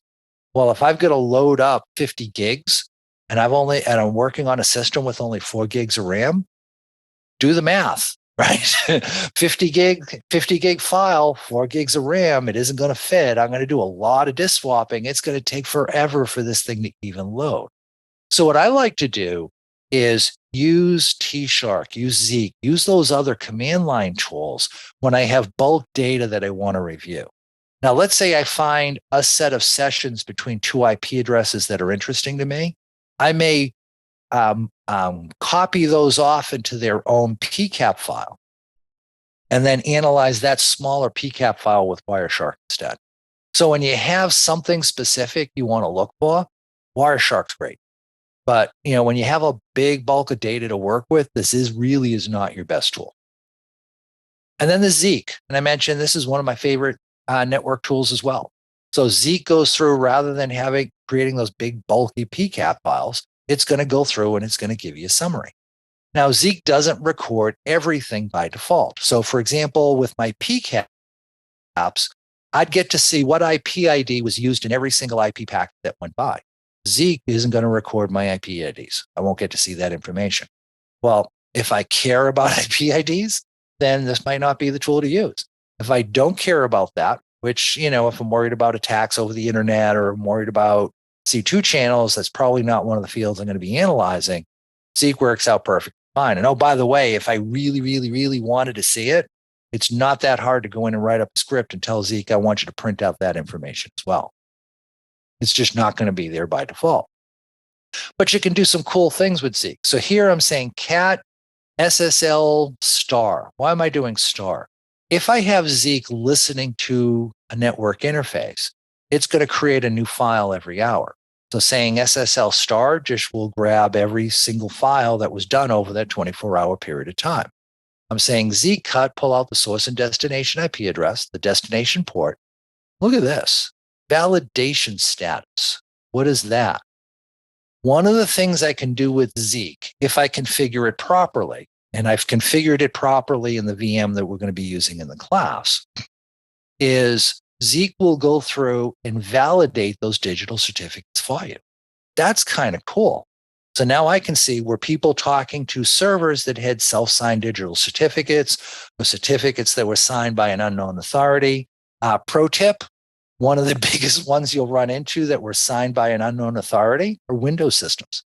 Since Microsoft owns that operating system, what they've done is they sign their own certs and then they just put in the public key to validate them on Windows when they ship it to you. So they don't have to use a well-known authority. They can get away and do it more cheaply that way. But what that means is Windows will validate the cert. But if you're running Zeke on a Linux system, Zeke will identify it as an unknown signature authority. Now you can take the digital certificate for that server, install it into Linux, and now Zeke will go through and validate those for you as well. But that may be, that's the one instance I've run into where the, certs that are in on Windows are drastically different than what's in Linux by default. And it's Microsoft taking advantage of the fact that they own that platform. But here what I did is I pumped it through a new command we haven't talked about called grep. Grep is just a pattern matching tool. So I'm telling grep is if you see this string of characters in a line, print out that entire line for me. And in this case here, what I was looking for was self-signed certificates. So this is telling me that my system here, 192.168.88.2, when I talk to these three different IP addresses, all three of those systems were using a self-signed digital certificate. Can you run your own CA then? Yeah, you sort of can. So long as you can get the digital certificate onto every system that is going to talk with that server, yeah, you can sign that. You can go through and you can sign that yourself if you want to. Now, if anybody outside tries to talk to it, they're going to get an unknown cert. But if you control the whole ecosystem, you can absolutely do this yourself if you want to. Now, Zeke timestamp is normally an epoch time. So this is how many seconds have gone by since, January something 1970. I forget if it's January 1st or the end of the month. It's somewhere around there. But it's the number of seconds since January in 1970. And that's how most Unix systems keep track of time. Well, to me as a human, this really doesn't mean anything, does it? So sometimes it's helpful to use the -Z-D switch, which Zeke cut, to convert this into a more human readable format. Now, there's a caveat here. Notice these first, 5 lines? The timestamp is identical. Well, if I look up here, I can see the timestamp is not identical. So you'll get more granularity in the time being reported if you use epoch time. But if you need to be able to read it as a human, -D makes that a whole lot easier. NGrep. So I mentioned grep, right, was a text pattern matching tool. And we went in and we defined the pattern. Let's go back to that slide again, just real quick. I defined the pattern, self-signed, told grep, hey, anytime you see that in one of my log files, print out the entire line that has that text string in it. And bang, we got that output here. Well, NGrep is exactly the same thing, but for the network. and with packets instead of lines. So I can go in and I can say NGrep, hey, look for this pattern. And if you see it, it'll print out what was the payload in the packet that included that syntax that you were looking for. So as an example, here I'm saying NGrep -Q. So what NGrep will normally do is when it checks a packet and doesn't find the pattern you were looking for, it'll print out a period. Well, that's great for troubleshooting, but here's the problem. Most of the packets going by is not going to have the pattern you wanted to find. So it'll spew out a bunch of periods across the screen, and then you might see what you were looking for quickly jump off the top of the screen because it's back to just printing out periods again. -Q says don't print out those periods. They do that to show you, hey, look, NGrep is working. It's checking things. It just didn't find anything in the current packet that it checked. And it's great for like a debug thing. But as a normal course, you don't want to see it use -Q.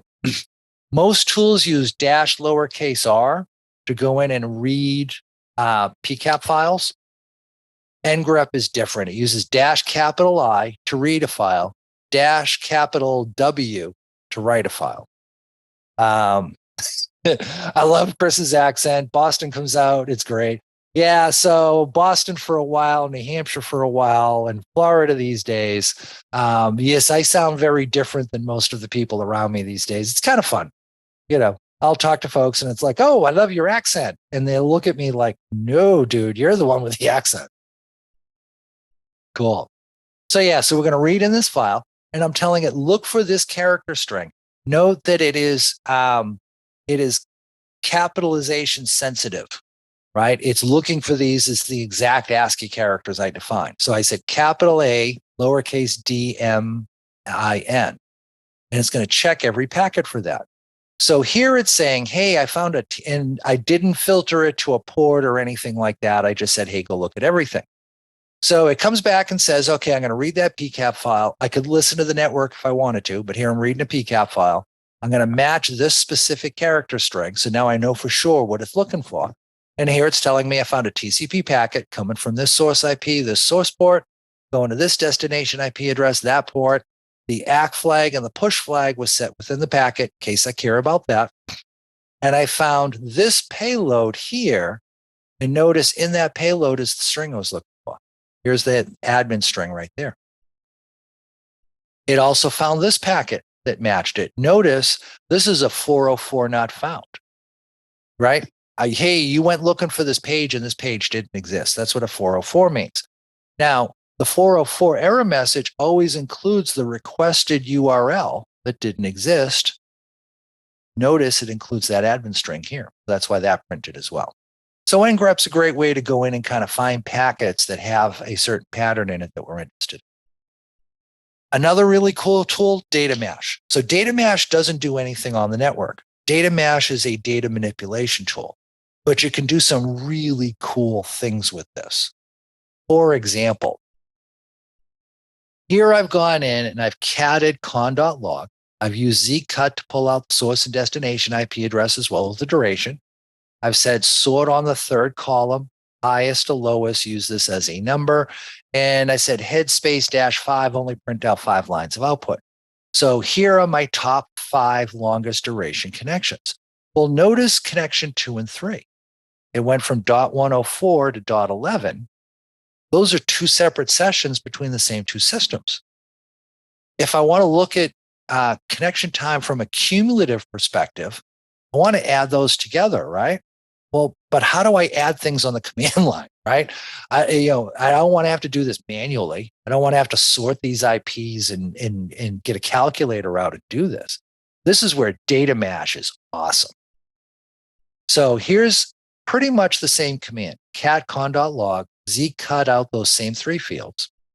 I've got some grep commands in here that I'll come back and talk about in just a second, but I'm sorting the data and then I'm running it through data mash. What I'm telling data mash is when column 1 and column 2 match, in other words, when the source IP address and the destination IP address match, sum or add up all of the values in column 3. So add these 2 values. In this case here, there's only 2 matches. So it's going to add these 2 values together. Well, if I add that number plus that number, this is what I end up with. So data mesh goes through and does that for me. That's really cool. So data mesh has some great manipulation to it. In the advanced class, one of the things we look at is how to take the Zeke data and just create a quick visual. So we look at things like, how do I print out how many connections took place each hour real quickly? So I get two columns on the screen. My left-hand column is the hour of the day. The right column is how many connections these two IP addresses made between each other.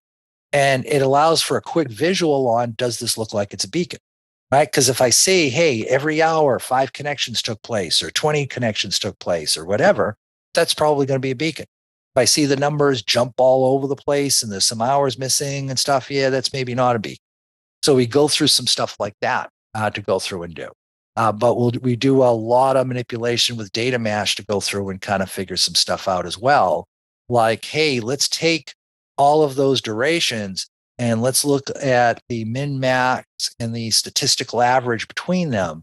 And that'll help me figure out if it's a beacon as well. So basically any type of math functions you can go through and do with data mesh. Now I skip these two grep commands. What are these? Data mesh wants numbers to work with. When the duration is 0, meaning, hey, it tried to make a connection and the other system wasn't accepting connections, Zeke will print out a dash symbol. Well, a dash symbol is not a number. So when data mesh tries to process that dash symbol, it pukes on it and it just stops processing. So what I'm saying here is grep-v match on everything but lines that have a dash symbol in it. So now all of those connections that never completed gets pulled out from the data processing. This one here is just simply getting rid of blank lines. So I'm taking my Zeke data, removing blank lines, removing when the connection didn't actually even complete, let alone have any type of a duration to it. And then I'm running it through data mesh to go through and add things up. Can data mesh output be piped to R to make a graph? Oh, great question. Great question. Yes, it can. You can also just pipe it directly into graph and do it that way. So that's what I usually do. So for the folks who don't know, what's R?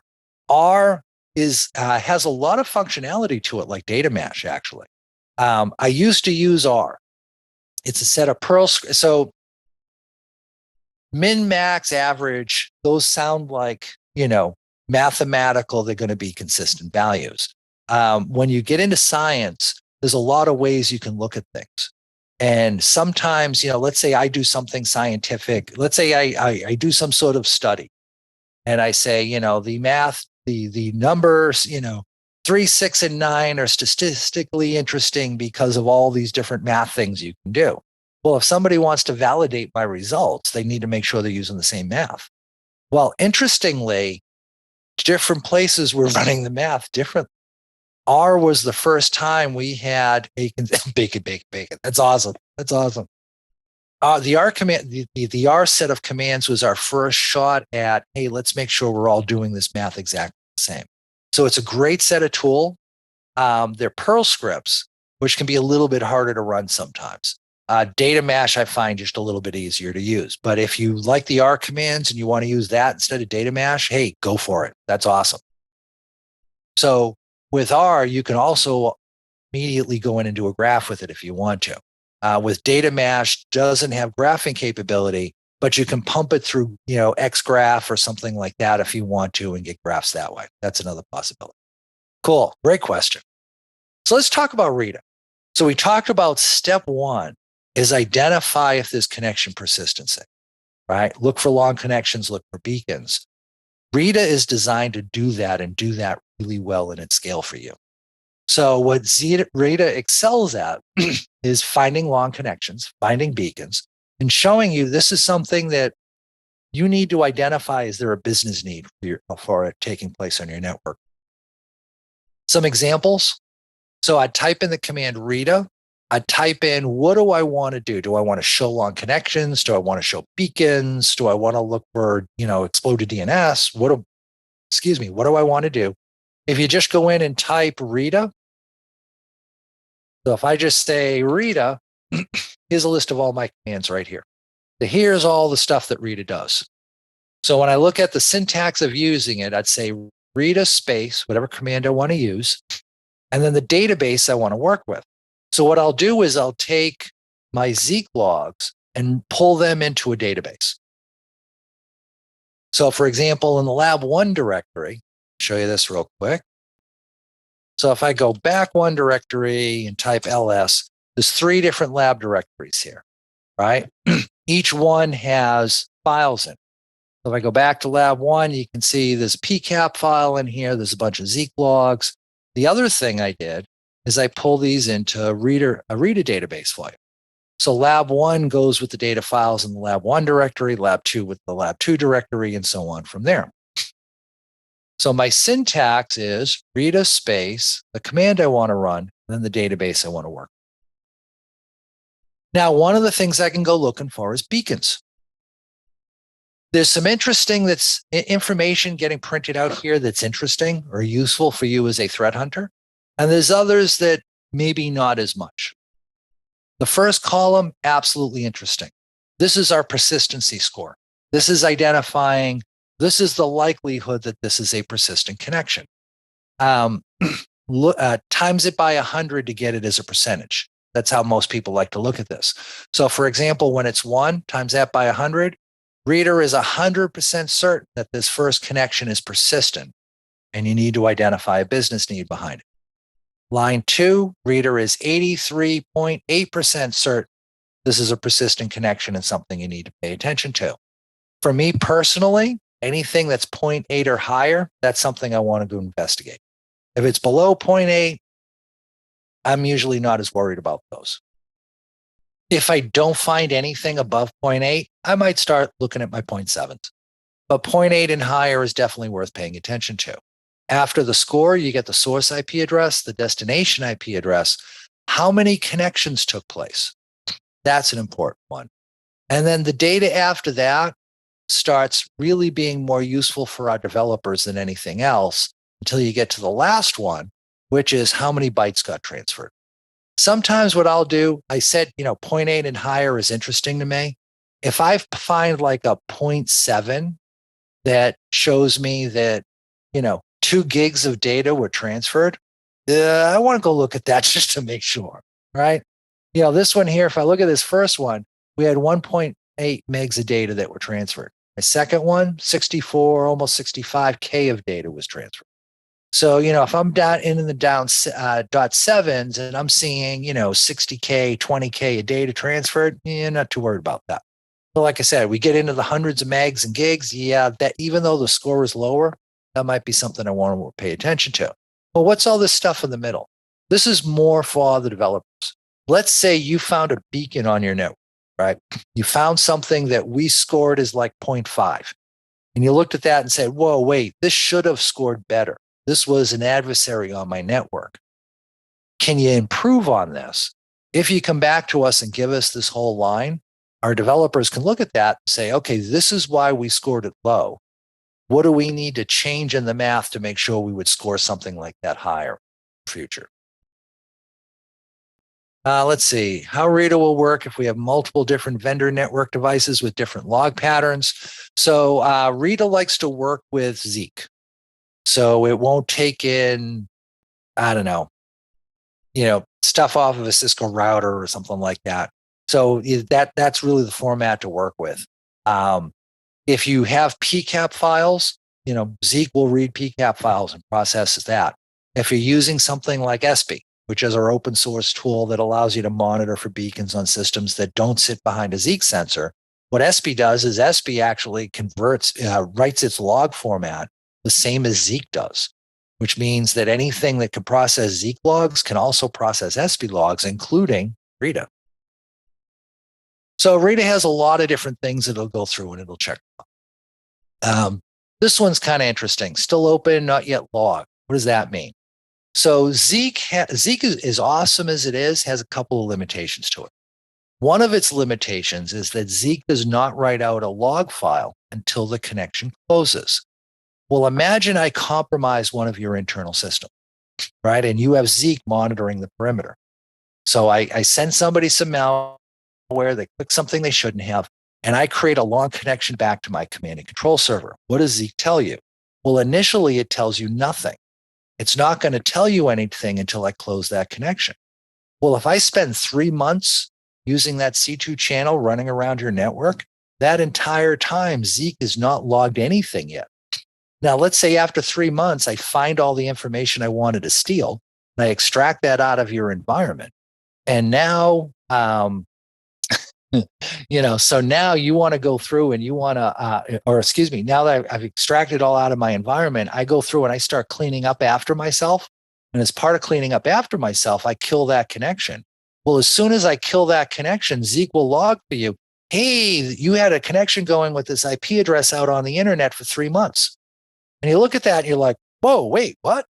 Wait a minute. I check my logs every day. Why didn't I see, 89 days and 88 days and 86 days and all of those that I definitely would have paid attention to? Why did you wait until day 90 to log something? And the answer is Zeke isn't going to write its log file until that connection actually closes up. So here's how Rita fixes that problem. Every hour when Zeke goes through and writes its data, we've got a tweak we do where we dump a copy of Zeke's state table. And we compare the state table to what actually got logged.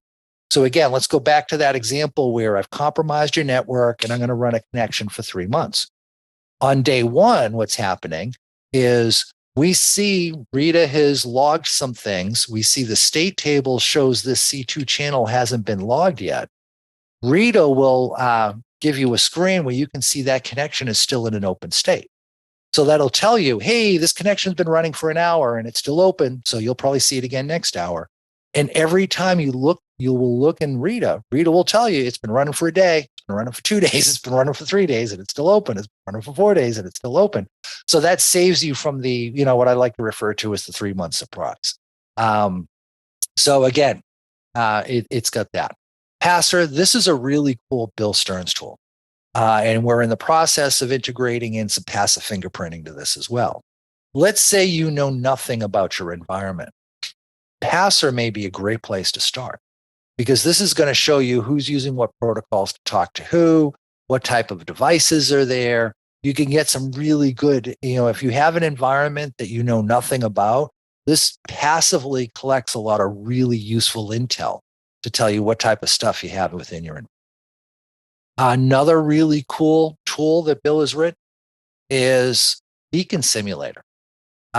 So let's say you decide we're going to do threat hunting. Or let's say you tell your boss, I want to do threat hunting. And your boss says, oh, no, we log things. We don't have to worry about it. This is the tool to fall back on.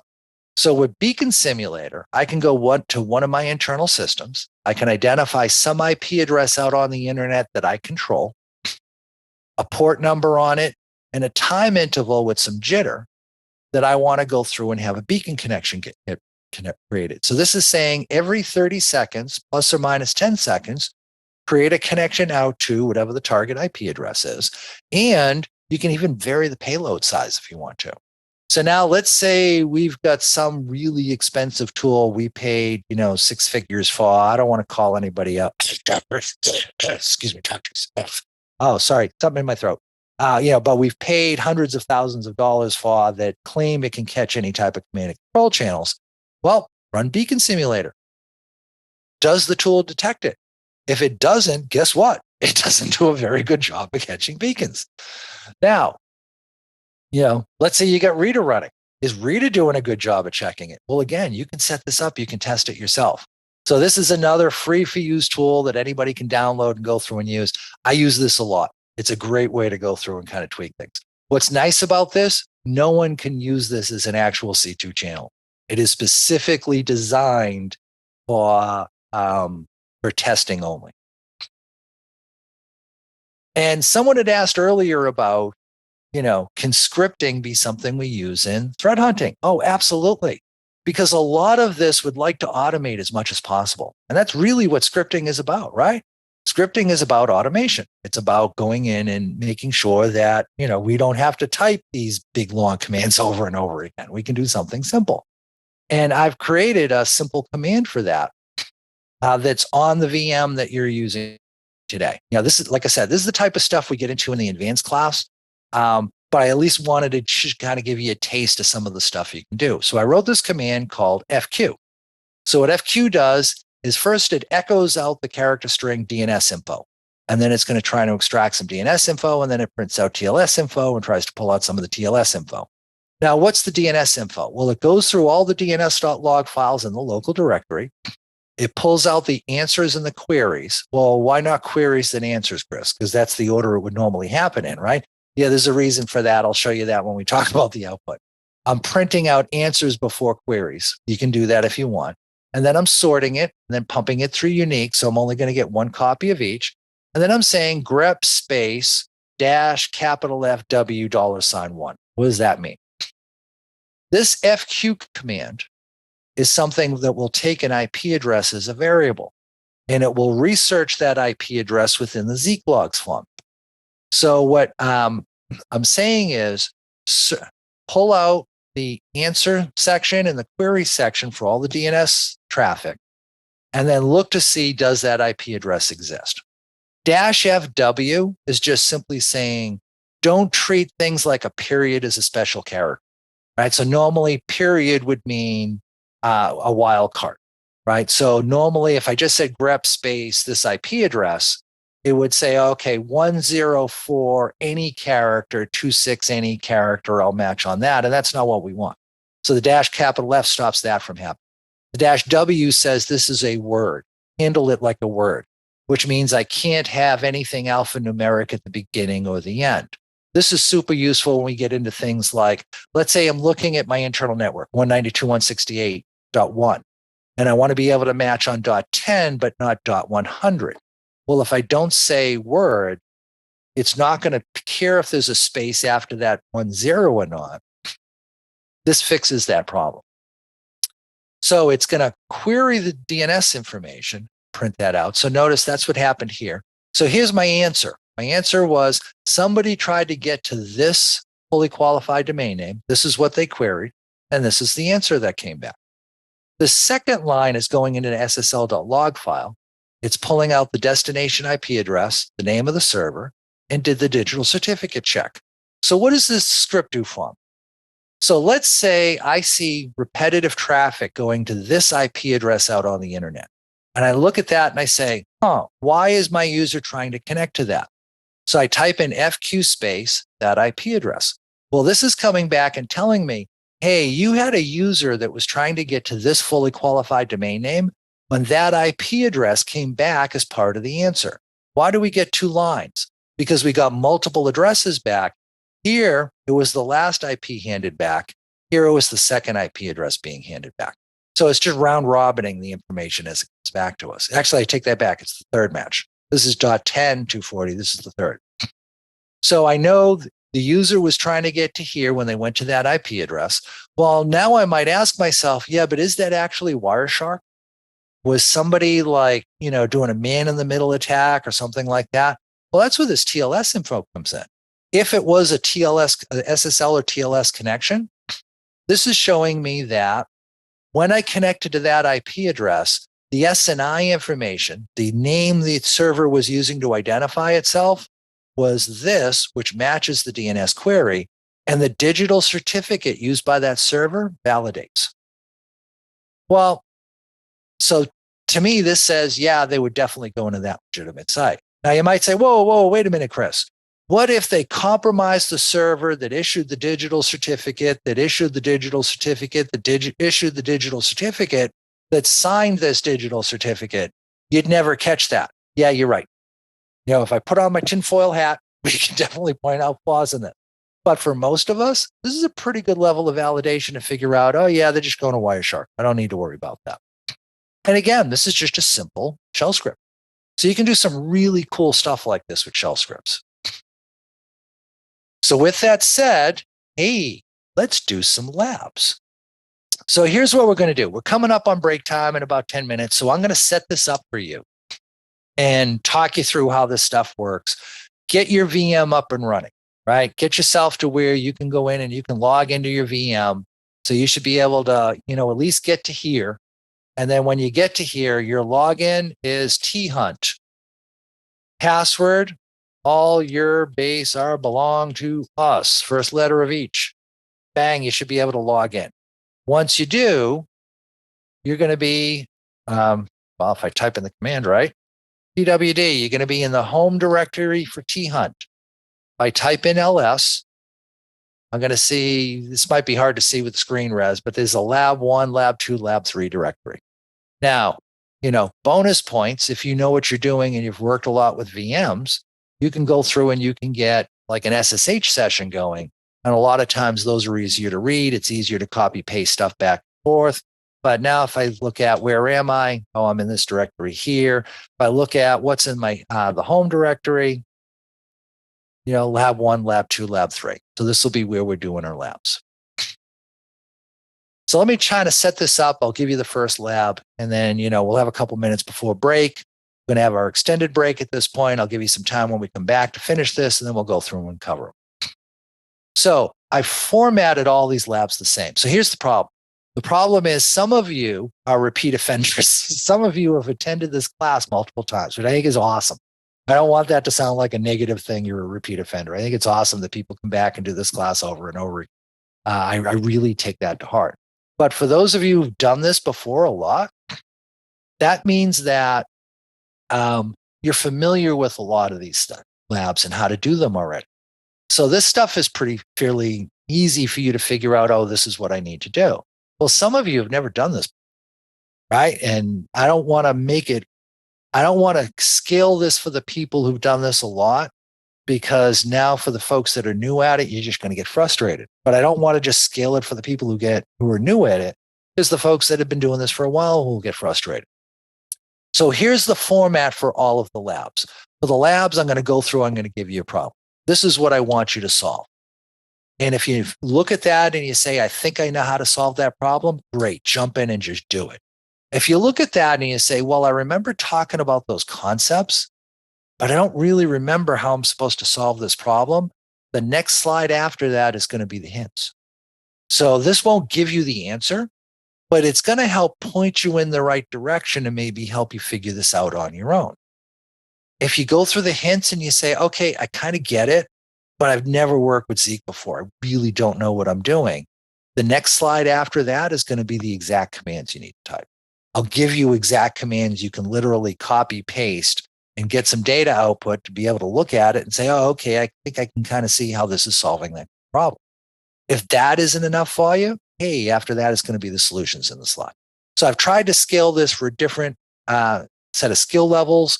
Only use the information you need to be able to move forward and solve this problem. So here's your login name, your password. Everything's going to be in a lab directory. We're going to start in the lab 1 directory when we do this. Some commands to get you started. CD moves you around. LS lists out files. I gave you kind of a description of these. If again, the ACM webcast content channel has a copy of these slides in PDF format, go grab those.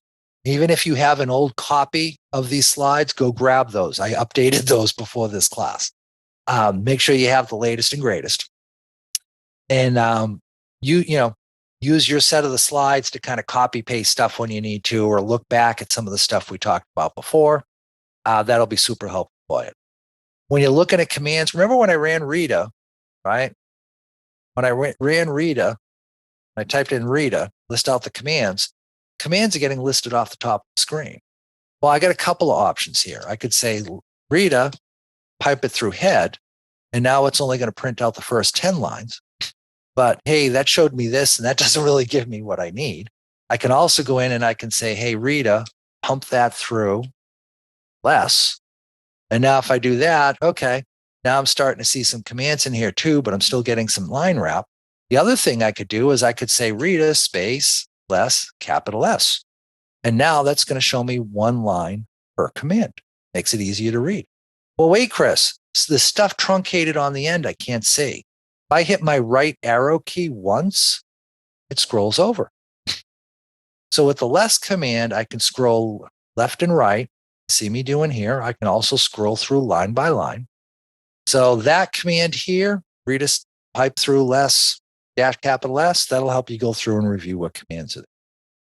How do I SSH into the VM. I did not set up SSH on the VMs for you. You can choose to go through and do that yourself if you want to. But that kind of comes down to, do you know the software?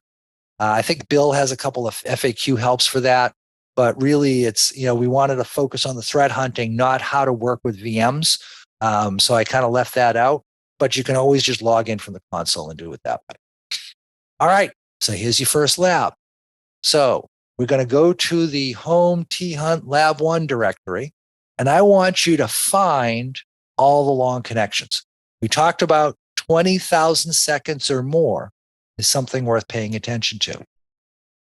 So using the file information in the Lab 1 directory, pull this back up. So just to review, we have a PCAP file. So we could use TCP dump, NGrep, T-Shark. We could use something to process that. We have a bunch of .log files that Zeke created. We also have Rita data. Use one, use all three. I don't care what you do. Solve this problem. What are my longest connections taking place on my network that are worth investigating? And the threshold to say it's worth investigating is the connection has been running for 20,000 seconds or more. That's the lab. Now, like I said, my next slide, and I'm just going to show it and come back, is my hints. After hints is going to be the commands. After commands is going to be the answer. So if you're looking at this and you're saying, Chris, I have no clue. I know you want a long connection, and I kind of remember what the description was. I have no clue. I don't know what to do. Great, go to hints. If you go through the hints, you're still not sure, go to the commands. You go to the commands, you're still not sure, go to the answers. We've had a couple of questions around, how do I set up my architecture and stuff like that. I get into that a little bit in the advanced class. I have so I've been doing a series on threat hunting, called Threat Hunting Shorts, a bunch of short videos. And there will be a blog post that was supposed to go up last Thursday, but hey, we had a hurricane. Let me see if because I know I did post it to LinkedIn. Let me see if I can't find that video for folks, because that'll kind of get you pointed in the right direction.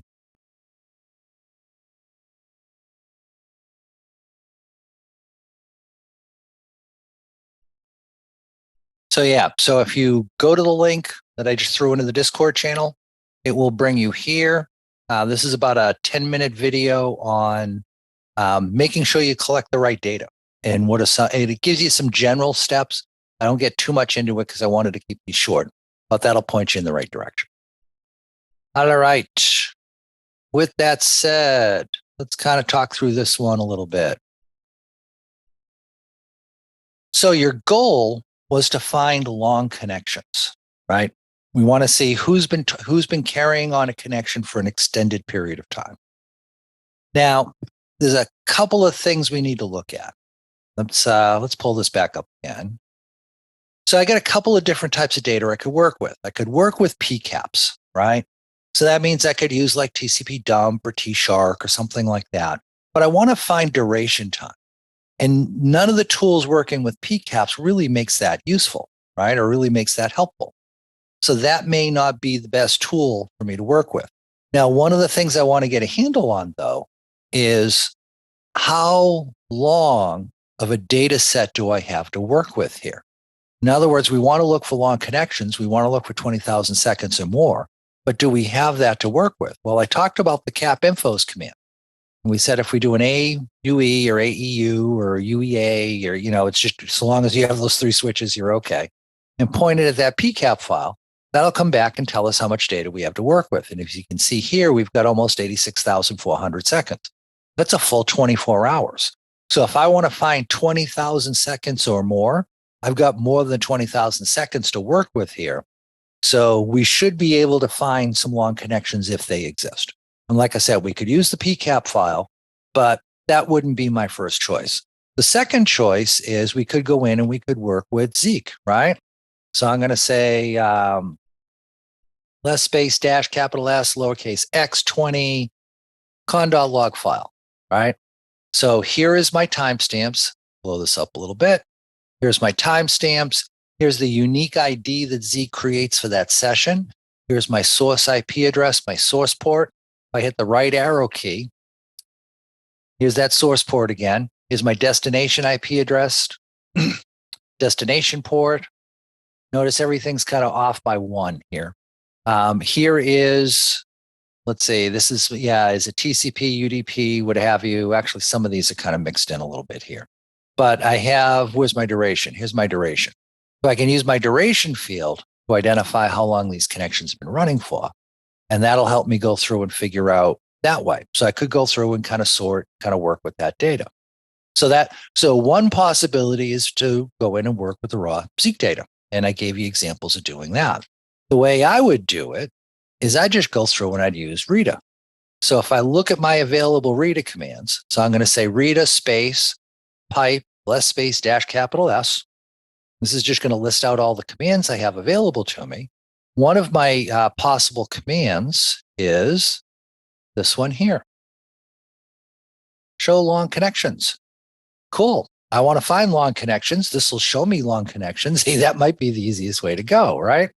So I'm going to say Rita show. I'm going to hit L and just hit the tab key. And that'll just fill out the rest of the command for me. Long connections. And I got to tell it what data set I want to check. Well, I'm in the lab 1 directory. So I'm going to want to check the lab 1 data. And I'm going to pipe that through head. Let's just look at the first 10 lines of output to see what that looks like. Okay, there's my data. It's a little messy though, right? Can I clean that up? Yeah, I can. So I'm going to go in and I'm going to say dash capital H. And that'll go through and that'll truncate, that'll give me this spiffy little screen to work with here. So here, I look at my first 2 connections, right? The first one was almost a full 24 hours. The second one was 20 minutes short, 24 hours. So we said what we wanted to look for was 20,000 seconds or more, which is 5.5 hours. Those are my 2 that are 5.5 hours or more. When I look at my third entry here, we're down to 4 minutes. So that's way below our 5.5 hour point, right? So my answer was these first 2 lines here. That's what we were looking for. So what long connections do we want to do in further investigation on? It's these 2 first lines right here. So I'd want to make a note of these 2 IP addresses and to figure out what's going on. Cool. Let me pull that aside. Let me go through the labs, make sure I didn't miss anything. Does doing the lab 1 parameter with Rita show long connections, just get all the Zeke logs in the lab 1 directory. So one thing that, so again, I get into this more in the advanced class. You have to, with Rita has an import. So with Rita, you got to tell it what log files do you want to import. This command right here. So what I did before this class started is I said Rita space import space, and I pointed it to all the log files in the lab 1 directory. And then I did space, and then I named that data set lab 1. So Rita won't figure this out automatically. You got to use the import command. But with a limited amount of class time to work with, I try to pick and choose, what's going to help you the most. And, I kind of want to focus on how to actually do the threat hunt as opposed to setting it up. Cool. So let's see if we missed anything.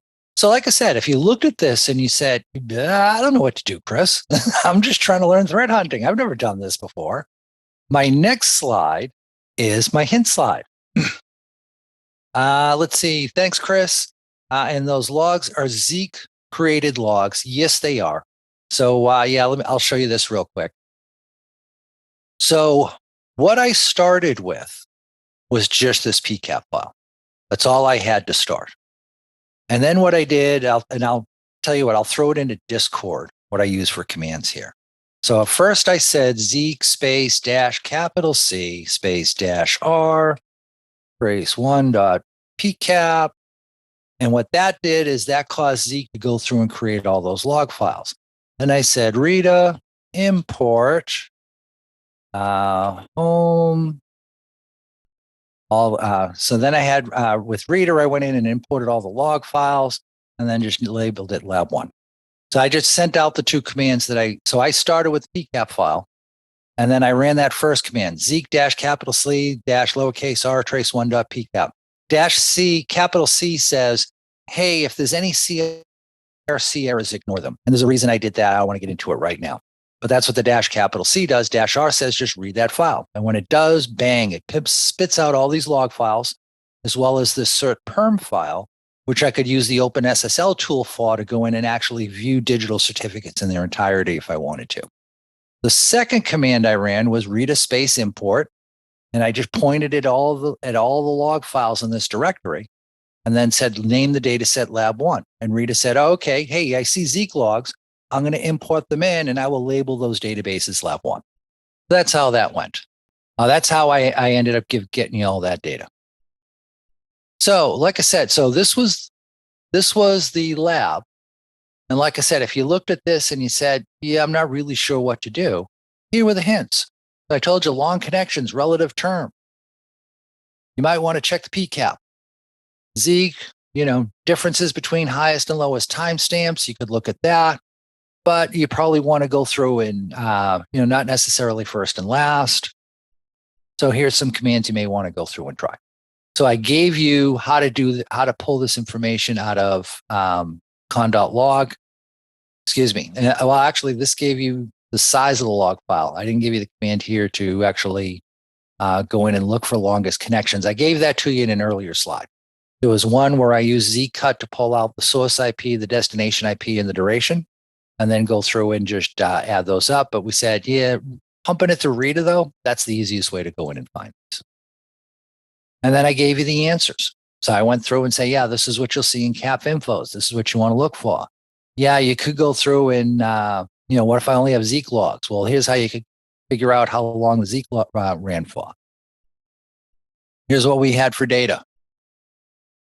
And the reader output is the easiest way to go. Notice, and I forgot to call this out, notice we don't know what application was running across those ports.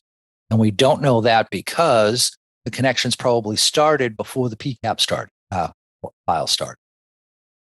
And Cal3D tossed in the command. Thank you for that. So yeah, so they gave you the command you could use to just figure this out using the Zeke files only without having to use Rita. All right, let's go to our next lab. So we found 2 IP addresses that we were doing a long connection to. So if we think about our process, right, once we identify connection persistency, our next step is, can we identify a business need? Can we identify why we might be talking to those systems out on the internet? So here's what I want you to do.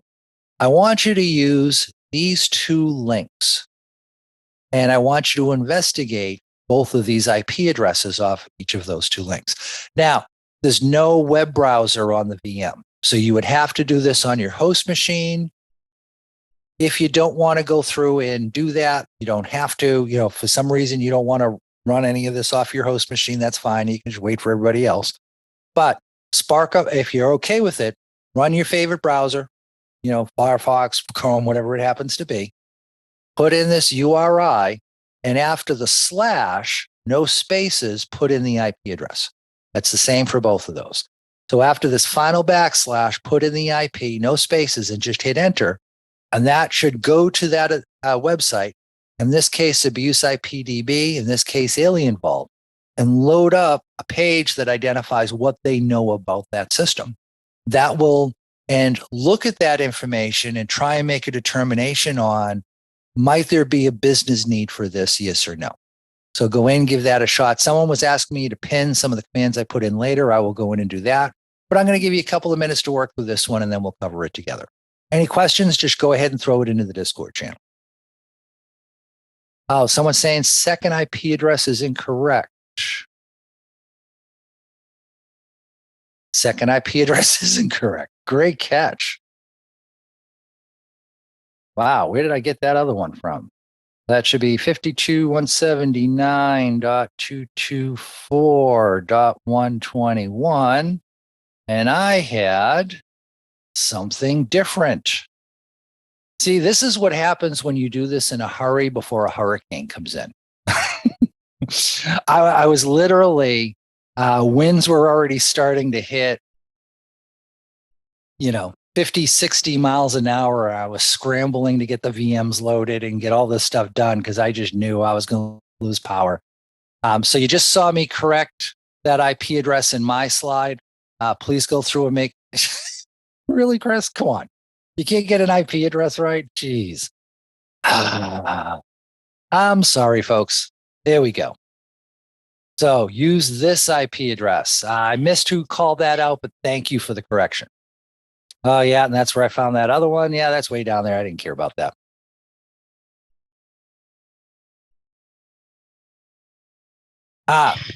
So someone asking, what's the difference between rolling and non-rolling with Rita? So when I'm working with live data, Zeke is capturing data and it's pulling it in. I've got a couple of options with Rita. One is I can tell Rita, hey, every night at 2 a.m., go through and process the previous 24 hours worth of Zeke logs that were created. Zeke will go through midnight to midnight UTC and generate logs. So I could wait until that finishes and just tell Rita, go in and process that. But Rita has a cool option to it where you can tell Rita, hey, as soon as Zeke writes its logs, import that information and use the previous 23 hours before that to show me the valid data right away. So it's a rolling threat hunt, if you will. So that's the difference between rolling and non-rolling. All right, I'm going to go on mute, give you guys a little time to work through this. Okay, so this one was pretty straightforward. So I noticed some folks called out, hey, you said suspect. I think you meant suspicious. Tomato. Sorry. But, suspect, suspicious, to me, in my brain, they both kind of mean the same thing. So, interpret those either way you want to. The idea was to kind of look at, is this something we need to be concerned about or not? Yes or no. So these were actually, should have been fairly easy to go through and check. So I can just go in and I can take this URI, paste that in, and then say, I want to check an IP address. I get rid of that slide set. I want to check this IP address. So let me go in and let me just paste that to the end. And now this will go in and this will pull up some information for me. So this is telling me that, okay, that IP address is owned by DigitalOcean. Here's some reports on it. So this is one of the things that to me is kind of cool about Abuse IPDB is notice it said this IP was reported 2 times, confidence of abuse 0%. What does that mean? Okay, let's look at the reports that came in. Found in my Zeke logs. That's why I'm reporting it. Well, okay. I mean, come on. Any traffic that's going by your Zeke sensor is going to show up in your Zeke log. That doesn't make it suspicious. And you're calling it out as a DNS compromise, DNS poisoning, and spoofing. Why? There's nothing here to indicate that might be it. I love this one. Hacker BJ, comment, abuse DDB. What does that mean? And wow, look at all the things they're accusing it of doing. SSH, ping of death, blah, blah, blah, blah, blah. So there's some background folks looking at this saying, we got to filter out some of the stupid people, right? And that's what they're doing. So, hey, you want to report it? We're going to report it. But there's a confidence level that gets reported up here, which to me can be super helpful. Because a lot of times I see folks say, oh, well, people are reporting it, so it must be bad. Well, no, confidence 0. No, it's probably not something to worry about here. So, there's stuff like this that's kind of super useful. And I could do the same type of things with the other one. I'm not going to waste your time copy pasting everything. So yeah, it was just a matter of going in and entering them in the browser. The other thing we could do is we could use the FQ command.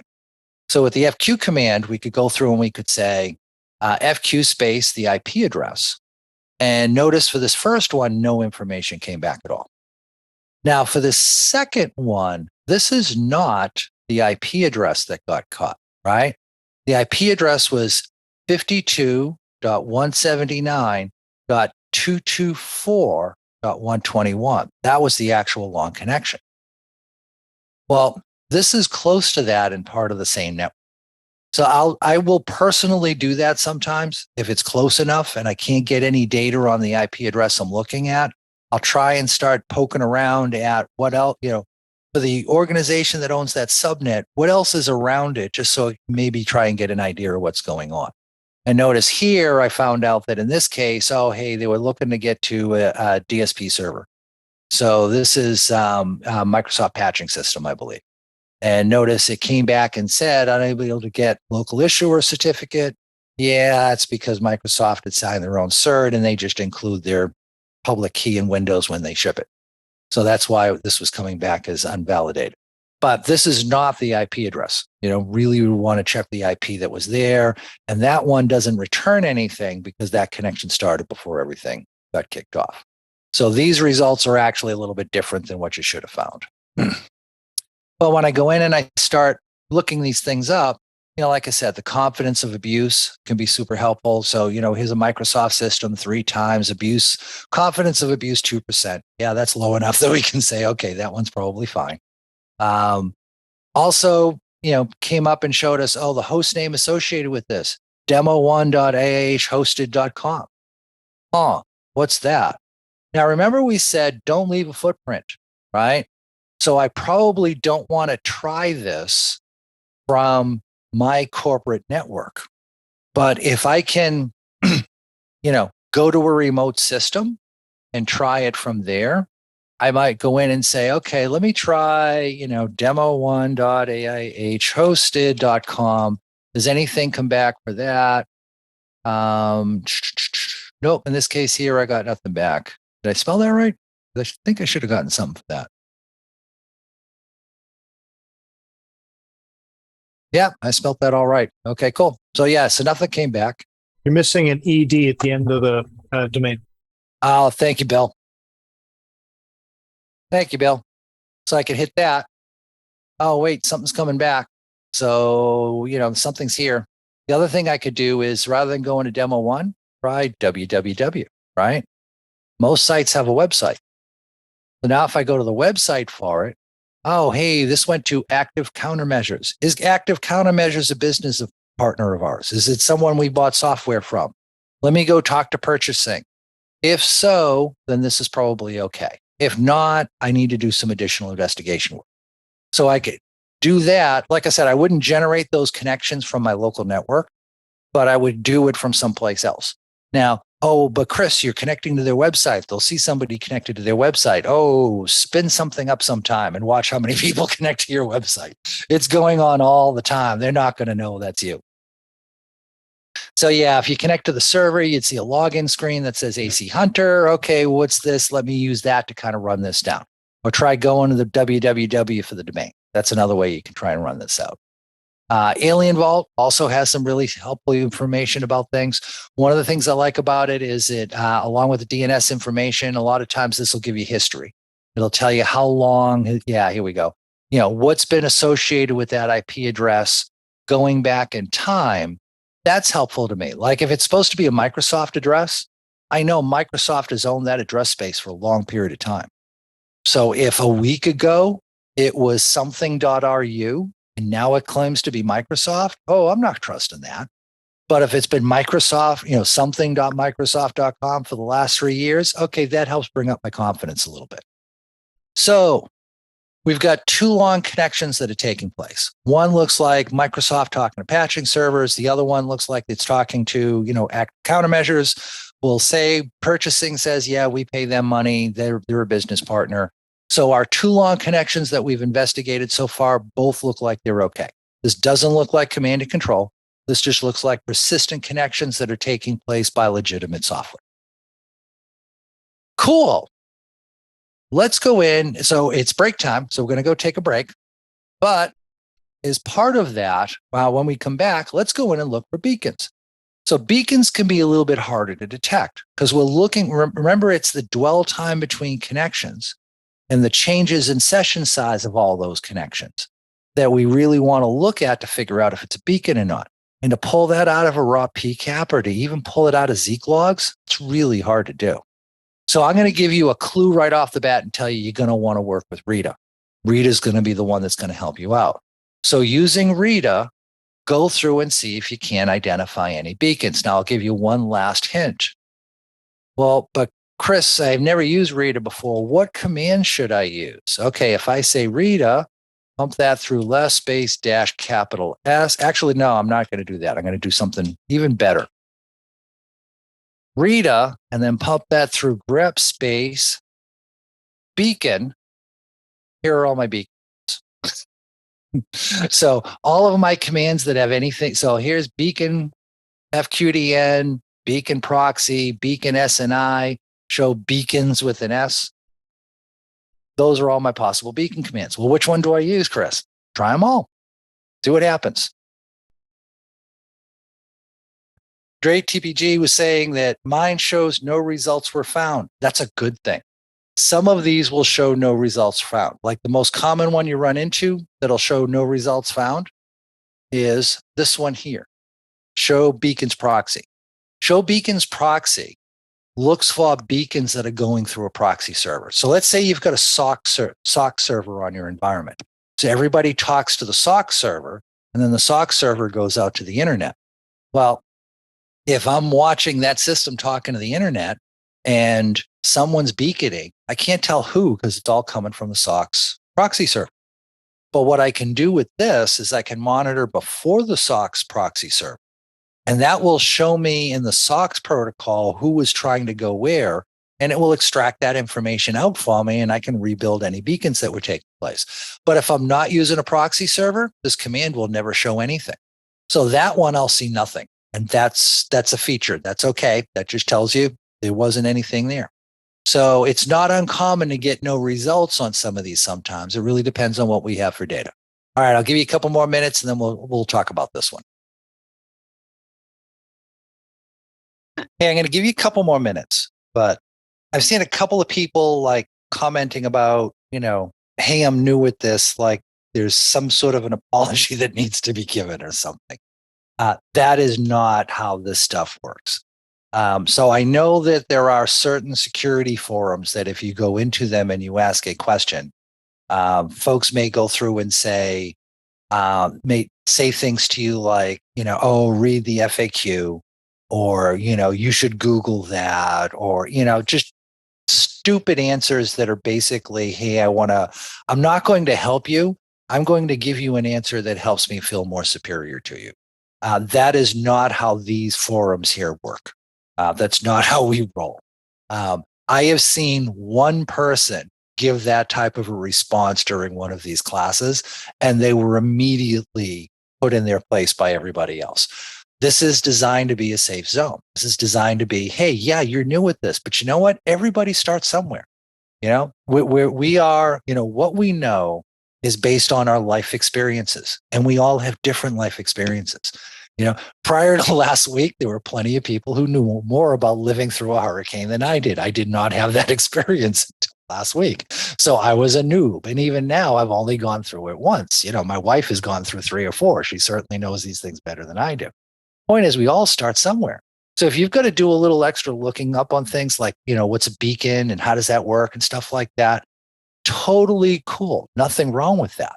If you need if you want some additional resources, if you're like, hey, so where can I learn more about beaconing? If you want to ask that, totally valid question. We're more than happy to give you pointers to that type of thing. So don't feel bad if you're starting. We all started somewhere. There was a point in time where Bill and I knew nothing about this stuff either. We had to, learn and figure it out as we go. We've just had a little bit more of a chance to do that than you have. But you'll get up to speed. The stuff comes. Just give it time. Not a big deal. This is the right place to ask what you think is a stupid question. Only the answer can be stupid, not the question. Yeah. And as Bill said, he is, giving support to a lot of people all at the same time. So unfortunately, may have to give a terse answer on occasion. I have noticed other folks will step up and, provide links and stuff like that. I mean, it's a supportive community. This is awesome. But you're right. There's no dumb questions. Everybody's going to start somewhere. Now, so the beacon stuff. So let's kind of talk about this one a little bit. So we've talked about, let me pull this over here. So we said we got some beacon commands here that we can go through and work with. So I'm going to go in and I'm just going to say Rita show, and I'm going to say BE, and I'm going to hit tab, and that's going to fill out the word beacons for me. because that is the maximum unique characters it can fill out before it's going to stop and see what I want to look for.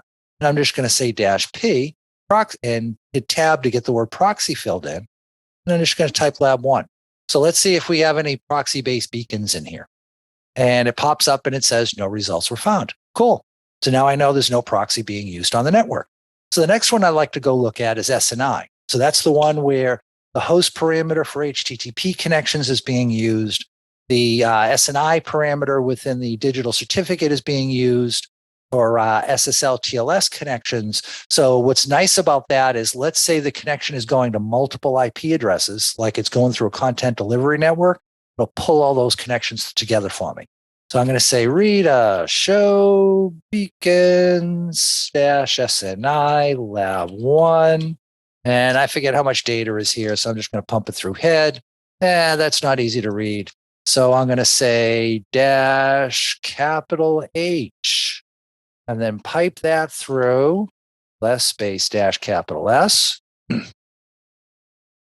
And now I got a nice, easy screen to read. So we've got the score here. What did we say we want to pay attention to for beacons? I said, for me personally, 0.8, or, if we do this as a percentage, 80% or higher is worth paying attention to. We only have one line entry for that. That's this one right here. 3,011 connections took place over the 24 hours. Okay, that's a lot of connections. This really stands out for me. Notice that every other entry is a fully qualified domain name. This one's is an IP address. What does that mean? Well, we don't know yet if this was an HTTP or an HTTPS connection, but whichever one it was, the host parameter, the parameter that normally identifies the name of the system we wanted to connect to, is normally a fully qualified domain name, like we're seeing here. In this case here, it was an IP address. That's really odd. Because, so why does this parameter exist? Why do we have host and SNI? Well, imagine I have a server running and it's hosting 50 web servers at the same time.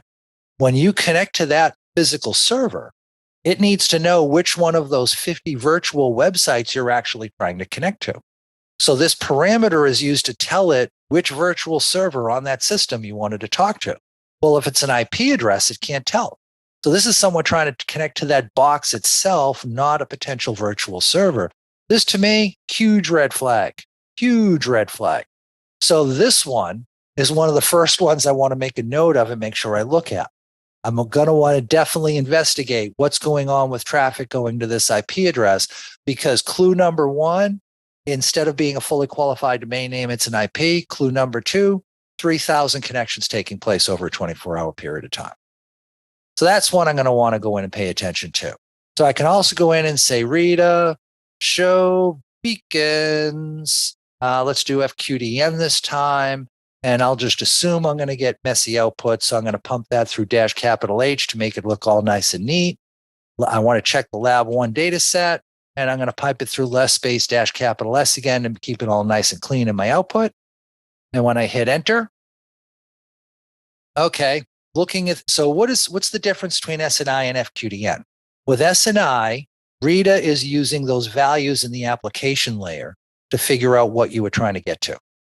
With FQDN, what it's doing is it's saying, hey, when this person connected to this IP address, what DNS query took place right before that? Now, if there's multiple systems resolving the IP, you can get errors here, but SNI will get it right. So that's why I always check SNI first and then go to FQDN, because you're more likely to get accurate results out of the SNI. But it's worth it to check FQDN just in case. But as I can see here, my highest score is a 0.6. That's way below my 0.8 threshold. And that's going to tileservice.weather.microsoft.com. Oh, yeah, we know what that is, right? That's the tile services on Windows 10. So I don't need to worry about that one. Cool. So my last one, Rita, show beacons. This looks at it from an IP-based perspective. So it ignores any DNS if that exists at all or not. It's just looking at IP to IP. And then I'm checking the lab1 data set, pumping it through less space -S again. And I've got a couple of them here. So I've got this one. Now, this first one, we already flagged. right? See the 3,011 connections? Does that ring a bell? This is the one that we're saying, hey, some sort of a connection was taking place here. And it was using an IP address in the application layer instead of a fully qualified domain name. So we already know this is one we got to go in and pay attention to. If I look at my next two, I notice something interesting about those. They're both part of 52.184.21 something network. That to me says these may both be managed by the same provider, organization, whatever the case may be. There might be something in common between these two. So investigating one might help me kind of figure out the other. My third one goes to another 52 network. This one's a little bit further off. It might be related, it might not. Notice the average bytes are about the same for all three of these. The number of connections is about the same for each of these. So that tells me, yeah, all three of these might actually be related to each other. But as far as what do I want to investigate, it is these 4 IP addresses here, the destination IP. So we didn't find anything along connections, but once we started checking for beacons, we found 4 things that are worthy of further investigation. Cool. So here was the lab. Like I said, anything with a 0.8 or higher was worth investigating. I gave you some hints here. Here are the commands to go through and run. So these are the commands we just all ran through together. I added some stuff in here to clean up the output, when we were using it on the screen. But I went through and kind of checked them in this order here. And, we found this. We said this was interesting. We found this. We said there's nothing here interesting. We went here and we said, yeah, we got 4 IP addresses that we need to go in and pay attention to. This is why I put this in there. Is there a way to visualize this data? Yeah, there is. So if I don't use -H, this becomes a little bit easier. But let me show you an example here, and I'm just going to pump this through head. All right. So let's look at, I'll do the first one and the fourth one, just so we could grab a couple too. So there was 3,011 connections. That's a lot of connections, right? But if it's 3,000 connections in 5 minutes, I don't really care about that. But if it's 3,000 connections spread out evenly through the course of the day, that's kind of interesting. That looks more like a beacon. Is there a way I can go through and visualize this? Well, yeah, I've got a couple of scripts I wrote up that I put on here. And they're in the bin directory. And here's one of them, beacon data. So what this is doing is it's just catting the con.log file. It's pumping it through Zeke. It's changing the timestamp to be human readable format. And then it's printing out the source and destination IP address. And then it takes as a parameter a source and destination IP address and greps to make sure only the connections associated with those gets flagged. And then I'm going in and I'm using sed to change the date format so that it can then go through and cut things out in 1 hour increments. So what I'm doing is I'm basically going in and saying, hey, everything that took place in the first hour, group that together, the second hour, group that together, and so on through, and then go through and count them. And then print them out. I actually print out the second parameter before the first. But what this allows me to do is, let's say I'm looking at this first one and I say, well, how much does this really look like a beacon? I can go in and I can say, beacon data. I can paste in those numbers. And then I just need to take out the comma, change it to a space, and that'll give me output like this. Okay, what's this output mean? This means from hour 4 to 5, it was 126 connections. 5 to 6, 126 connections. All the way down. Some of it scrolled off the top of the screen already. You can see it up here. Notice I have from midnight to 1, 1 to 2, 2 to 3, there's data. So that entire 24-hour period of time, every hour, there's 126 connections taking place. Remember that flat line we talked about? This is that flat line. So that's showing me that one pretty easily. Let's look at another one real quick. So this one was 0.841. So that's not quite as strong of a score, right?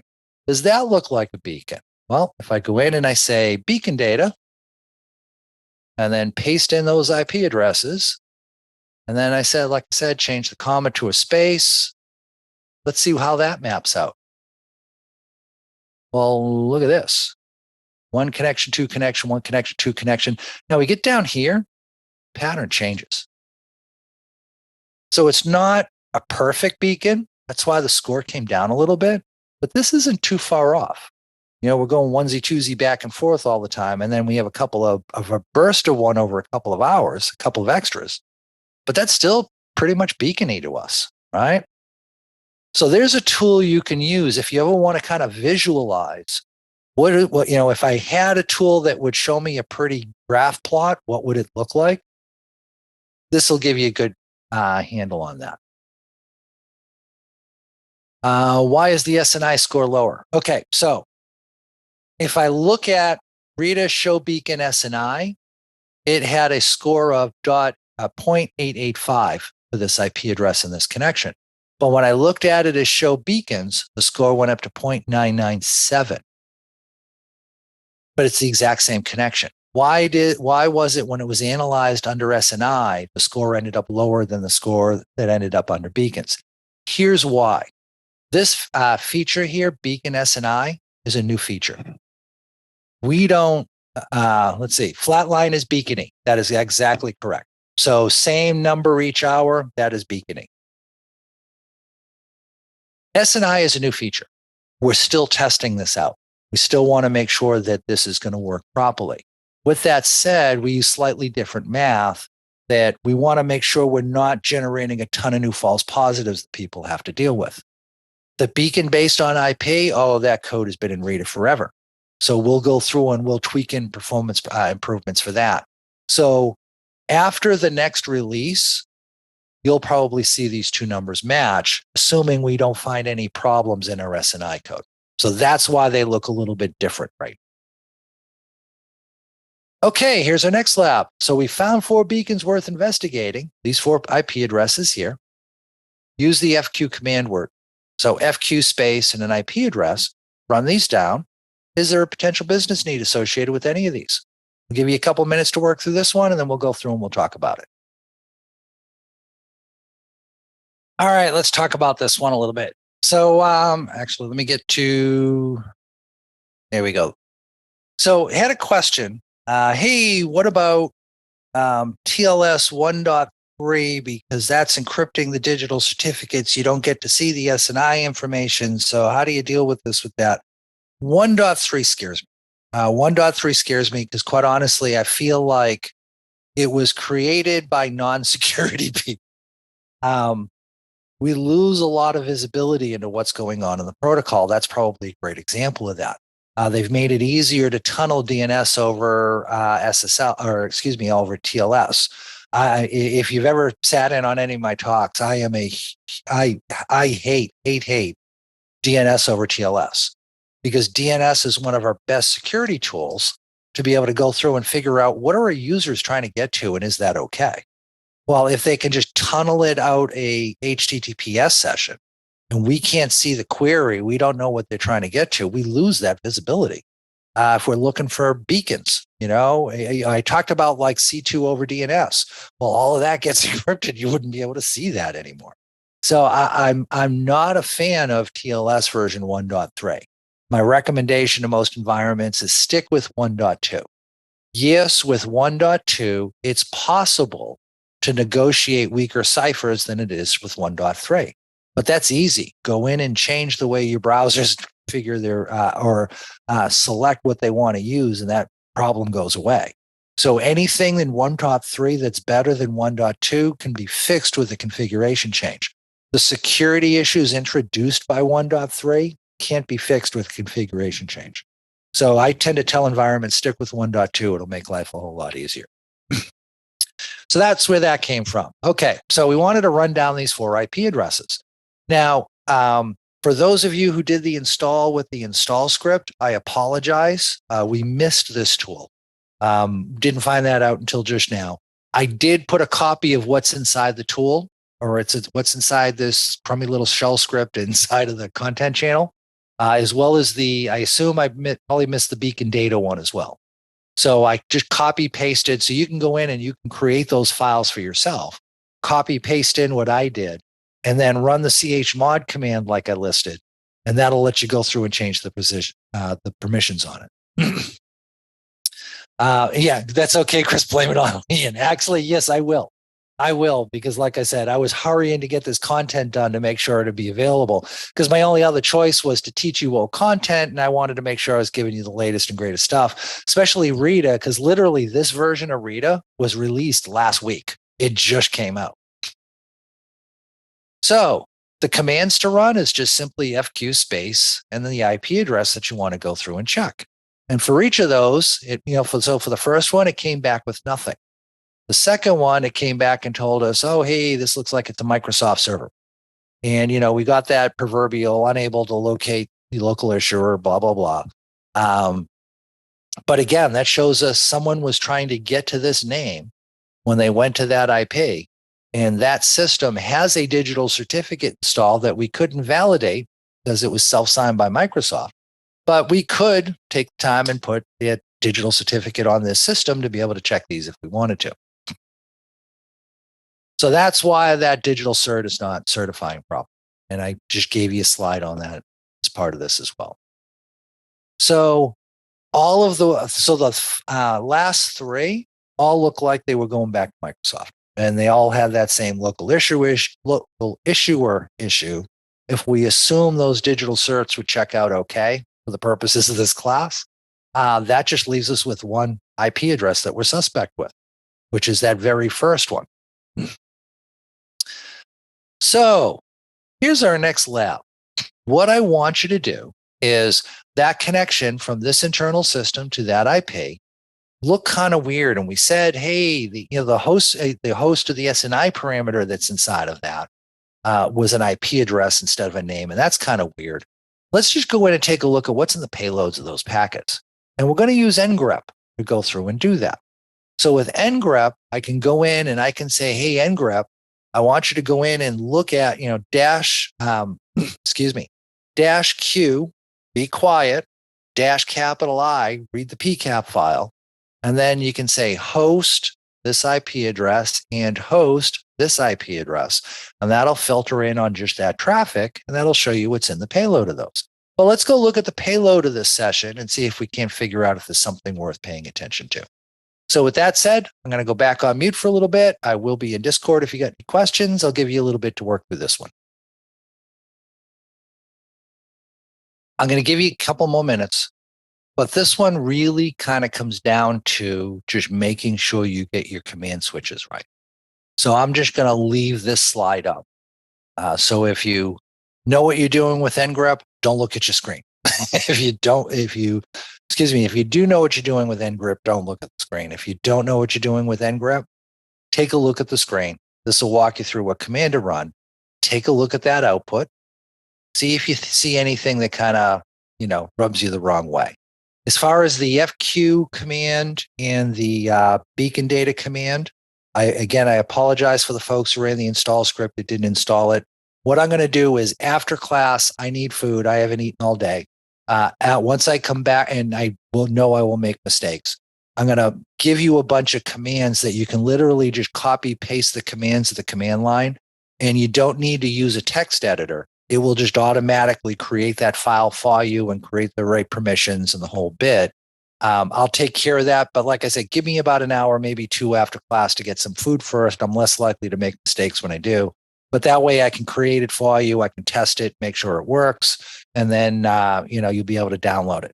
So let's say 2 hours. Give me 2 hours after class, come back into this Discord, come back to the ACM webcast content channel, and literally you'll be able to just copy paste the lines I give you, and that'll create those files for you. All right, I'll give you another minute or two to go through this. Okay, so we're talking about VI in Discord. So I got to tell this story. It's pretty funny. It's sort of on topic, but not really. It's funny. So go back in my history, and I was one of the folks that started up the HoneyNet project. It was JD Glazier, Lance Spinster, myself. And that project started up based on, we were doing pen testing at the time, but we wanted to kind of get more aligned with like what bad guys did. We knew what we did, right? sign non-disclosure, get customer contract, break into their system, cash our paycheck. We figured the actual attacker's job may use a slightly different process. So we started putting these boxes out on the internet that weren't, totally vulnerable, but they weren't patched and locked down. And we just waited for people to break in and just recorded what they did. It was defense in depth thing for us. We wanted to look at, hey, if you can't keep them out, are there some consistent things in the process that they do that maybe you can catch them later? And one of the things we figured out was, if they break in, the next thing they're going to do is pull their rootkit in. So if you can't detect the break-in, but you can detect them pulling in the rootkit, you may be able to catch them there. And one of the folks we grabbed was GeForce Pakistan. You can Google on them. I'm sure there's still some information out there on them. But at the time, they were being listed by like the Wall Street Journal and all these other places as like, oh, they're these elite Pakistani hackers. They're breaking into, military websites and all this other stuff. And oh my God, they're so elite. And they broke into one of our servers and took it over and used it as their team chat server. They installed IRC and all the intercommunications within the group started going through our server. Well, that was freaking awesome.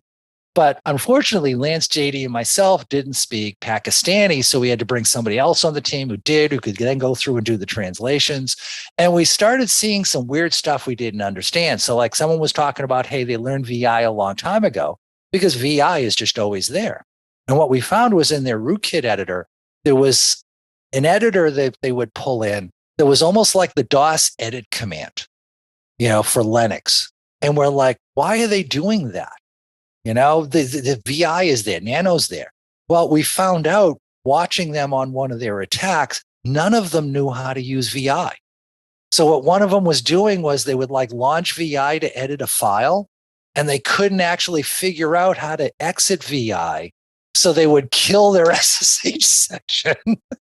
Or no, Telnet. They were using Telnet back then. They'd kill their Telnet session and then go back in and think, oh, yeah, hey, this is fine. The other thing we found out was they didn't know how to create a tarball.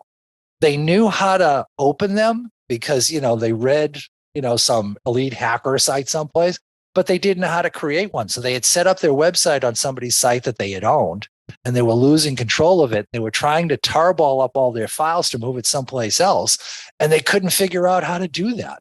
So one person was literally copy pasting out of the man page to the other person to figure out what commands they were using.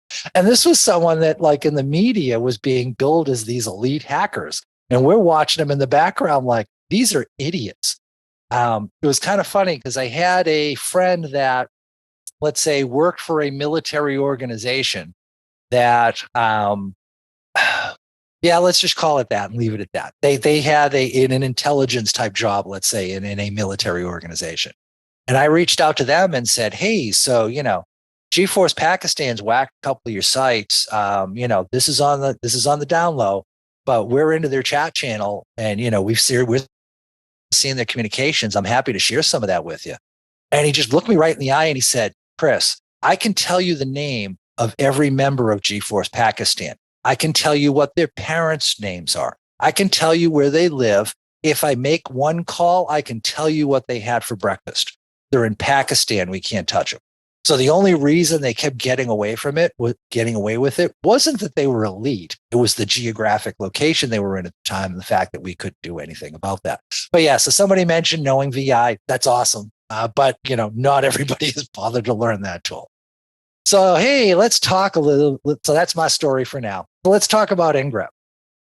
So when you ran NGrep, you probably noticed they're doing a get command for this long, really weird string, right? What kind of caught me was that normally when someone does a get request, it's either for a file or a directory location, right? So they might get, index.html. Or if you don't specify the file, it's whatever file is named index.html in that directory. And we notice here they're doing a get to a subdirectory with a big long string, which might be another subdirectory. Quick show of hands, how many people have ever named one of their directories something close to this on purpose? No, right?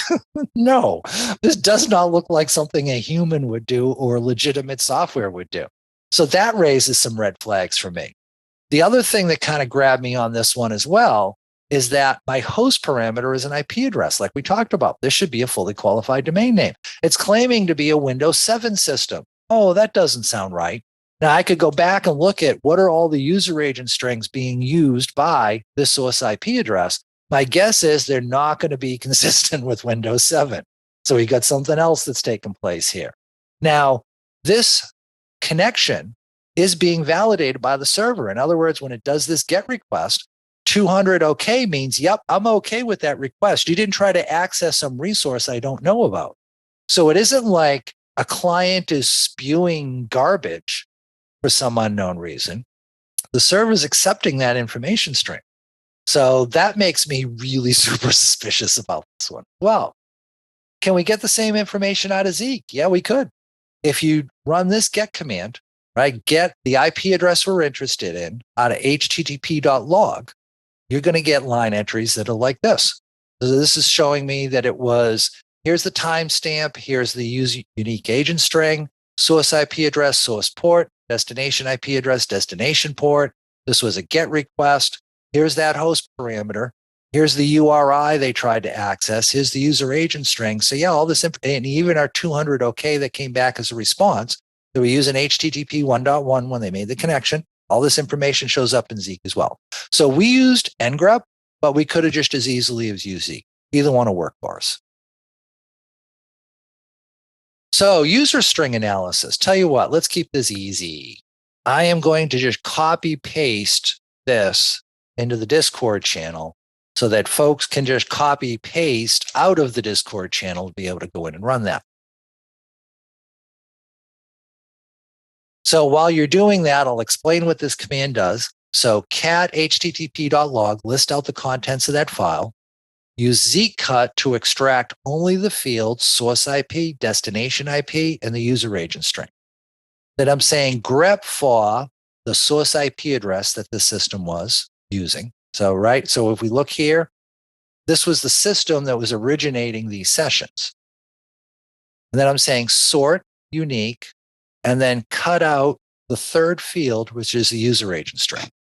And then I'm going to go through and count up how many times it was seen. So what I'm doing here is I'm looking at how many different IP addresses was the user agent string used for when I was communicating with that system. So if you run this command, and here I went through and notice I broke it all down for you. So as I was talking through what that command does, if you were like trying to write down frantically, I got your back. I already did that for you. Here I call out every section of that command. And here's what you'd say. So this is telling me for 29 different IP addresses out on the internet, it identified itself as Microsoft-WNS, Windows Notification Services, running on Windows 10. For 16 IP addresses, Microsoft Delivery Optimization, running on Windows 10. For 8 systems, Microsoft Crypto API 10.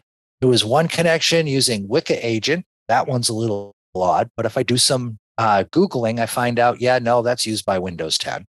And then I had one IP address on the internet where I was identifying myself as Windows 7.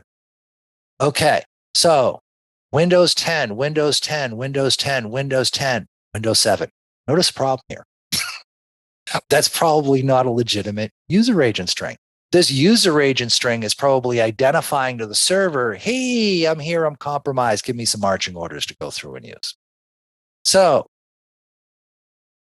this is definitely something we need to go down the rabbit hole on. We need to identify what process is running on that system making these HTTP connections. This really looks to me like we got a command and control channel. All right. So yeah, we talked through this stuff here. It's doing that same request over and over again. This to me says, yeah, this is definitely a C2 channel. And if we do some Googling on that directory name, you'll find out it's Fiesta EK malware. All right. It is top of the hour. We're going to take a 10-minute break. But when we come back, we're still working in the Lab 1 directory. Let's check for C2 over DNS. How might I go about using Rita to check for C2 over DNS? I don't even know how it could possibly go through and try and find that type of information. Okay, so I kind of gave this one to you, right? The big thing was figuring out what Rita command to run. Now you noticed I used a new switch here, -I. What does that mean? I didn't know if in the Rita help, if DNS was capitalized or lowercase. So -I says do an incasive search. So if I said, let's change that. Let's say I wanted to look for, I did it as caps. Because I said -I case insensitive, it'll match on lowercase as well. But show exploded DNS is what we want to use. So I'm going to say, Rita, show exploded DNS in lab 1. And let's clean this up a little bit. I'm going to use the -H to make it look pretty. Less space -S to give me a single line for each. And now when I run that, Microsoft is my top domain, and we did 24 unique queries. Okay, there's nothing here in DNS that looks even close to being a potential C2 channel. So we're okay there. And if I look at all my other matches, they're just subdomains of Microsoft off of that. I got to come down here to 2 queries that were done to live.com to find something that's not Microsoft related. So there's definitely no C2 over DNS within the Lab 1 directory. Cool. So we've gone in, we've checked long connections, we've checked beacons, we've checked DNS. I think we've pretty much run, and here's that command I was using. I think we've pretty much run Lab 1 to ground. So let's move into the Lab 2 directory. And WW will also use Lab 2 dataset and Rita. I'm not sure what I was thinking of here. Sorry, this is a typo. But what I want you to do is I want you to go in and look at the Lab 2 directory and use that. Now, I'll shift into that. So if I see cd space .. lab 2, that'll move up 1 level and then back down 1 level to the Lab 2 directory. And if I look at what files I have there, all I have is Zeke logs. I don't actually have a PCAP to work with. So no PCAP options here, but that's okay. I was probably meant to say we. Yeah, you're right, Mighty Wombat. I love that name, Mighty Wombat. That's cool. Great choice. Let's check Rita. If I say Rita list, oh, hey, there's Lab 2 here. So I could do my checks with the raw Zeke files. I could do checks with Rita. I would probably start with Rita. But what I want you to go through and do is rerun the last command we just did, but change Lab 1 to Lab 2. So in other words, we're going to skip beacon and long connection checks. You can do them if you want to. I'll give you a spoiler and tell you you're not going to find anything. But I do want you to check for C2 over DNS there and see if you find anything there. So go in, give this one a shot. I'm going to give you a couple minutes and then we'll come back and we'll talk about it. Okay, so we got enough people tossing into Discord. I think that we're in pretty good shape on this one. So what I asked you to do was to just simply up arrow until you got to this command, and then just change Lab 1 to say Lab 2, and let's see what you get. And we said, well, so we have honest, I'm not evil. This is our top hit. Now it scrolled off the right-hand side of the screen how many unique queries we had. So I'm going to hit the right arrow to move over to that. And we can see there were 2,074 unique queries that took place. Okay. We said for a domain we don't recognize, we expect 10 or less. This is way over 10 or less. It's 2,000. That's something I may want to go in and pay attention to. Also notice that it started getting into showing the unique queries. And is that something that your environment normally names their systems or something close to it? In other words, do you name your website www. Your domain name, or do you name it 5DA0B7 F90908B? Yeah, that looks kind of weird. Pro tip for the more advanced folks. I noticed a couple of folks were talking about CyberChef. CyberChef is an awesome tool. It's a little too advanced to get into in this class. But if you use CyberChef, you may want to run some of these things through CyberChef and see what you come up with. Because that kind of looks encoded to me, doesn't it? Notice an interesting pattern here. Everything is a number or It's a letter between A and F. I wonder what that could possibly mean.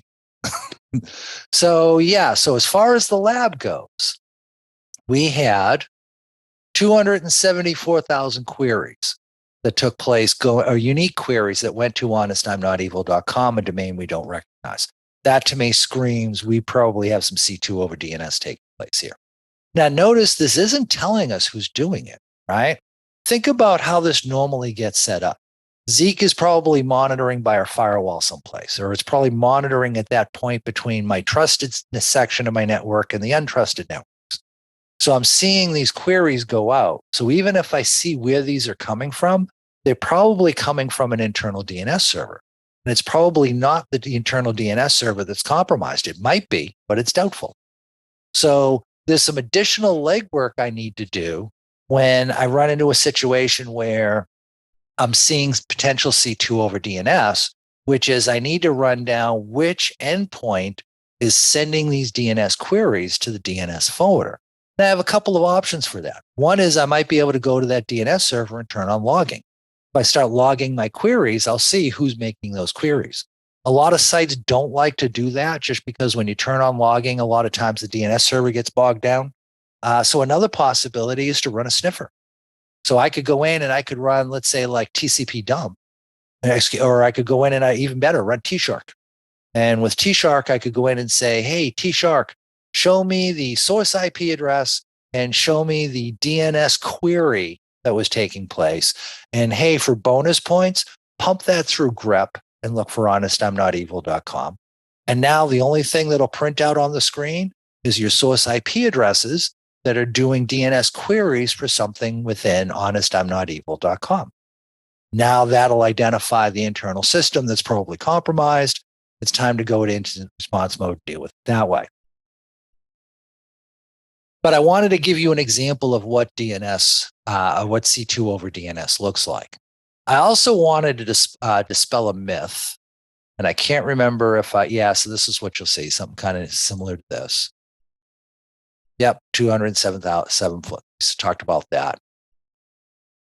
I also wanted to dispel a myth about, so one of the mistakes I people make is they say, oh, if it's C2 over DNS, you'll see a lot of text record queries because C2 over DNS has to use text record queries. And even though Bill has his microphone off, I can hear him laughing because he's done these things with me. And he knows, it's not just text record queries. But I can't remember if I gave it to you or not. Yeah. So check this command out. So I'm catting DNS.log. I'm telling Zeke cut, pull out the query type name. What type of query was performed? And then the actual query that was performed. So this is going to pull out, was it a text record query? Was it an MX record? Was it an A record query? Was it a quad A record query? Was it a PTR record query? Whatever it happens to be. And then this will look at what was actually being queried, like that long, weird string .honestimnotevil.com. And then I just said, use grep to only grab the entries that have honestimnotevil.com in it, cut field 1, which is the type, and then sort it, count it up. What I did is I wanted to look at what type of queries were actually being performed on this C2 channel that was running over DNS. And because I said there's a myth out there that says C2 over DNS is always going to use text record queries. Well, you can see this isn't using just text. It's using CNAME and it's using MX record queries as well. And in fact, it's about equal on which one's being used more often. I'll be honest. I tried to get it exactly equal, and this was the closest I got. But with the tool I was using, which I think it was just DNS cat, it was some easy tool. You can go in and you can tell it what you want to go through and use. The most advanced one I saw, or the one that kind of caught me like, this is someone with a sense of humor, was they were using DKIM queries. If you're not familiar with DKIM is a security protocol that we created that allows you to validate that the server giving you back a response is actually authoritative for that domain. So that way someone can't be trying to give you back bogus answers. You'd be able to tell, oh, wait, yeah, that server is giving me an answer, but that server isn't responsible for that domain. So I don't want to trust its results. DKIM was designed to prevent that from happening. Well, someone's figured out how to go through and create a C2 channel that makes it look like you're just doing a DKIM check to make sure that's a legitimate server, when in fact, what you're doing is creating a C2 channel. So they used our additional C2. I know it's kind of weird, geeky security humor, but come on, it is kind of funny, right? We created a security protocol to make things more secure, and they figured out how to leverage that to make us less secure. You got to give them some level of props for that one. But yeah, I've seen DKIM queries doing this as well. So yeah, and if we add up all that we saw, that's the same number that we saw on the backside. So what's up with these? Like I said, so I mentioned, hey, I see numbers and I see letters ranging from A to F. Well, that probably hit you. Hey, that sounds like hex, right? Because hex is 0 to 9 and A through F. This might be hexadecimal, which means if I can extract this out, I might be able to get some insight into what's actually taking place over this channel. This is something I get into more in the advanced class. Basically, if you've got a decent tool like CyberChef, which will convert between different formats for you, and I see somebody's putting in a link to it, awesome. Thank you so much for that. CyberChef, you could copy this text, paste it in, and it will convert it to ASCII for you, and you could see what the ASCII channel characters might actually look like. If you do that, that verifies this is a command and control channel. But that's a little bit more advanced for this. Now, next lab is, I told you, hey, look for beacons, long connections, but I already gave this one away. I already told you, yeah, you're not going to find anything in note there. So you can go through the commands if you want to. And I gave you the full list of commands right here. But quite honestly, everything's going to be no command found. So I don't want to let you down at the end of this class where you do all this work and you find nothing. So I'm at least going to go through and tell you that, yeah, you're going to go through it and you're going to find nothing. So there's one long connection, I think, and that's really short in time. There was no beacons. It was just the C2 over DNS that was part of this lab 2 direct.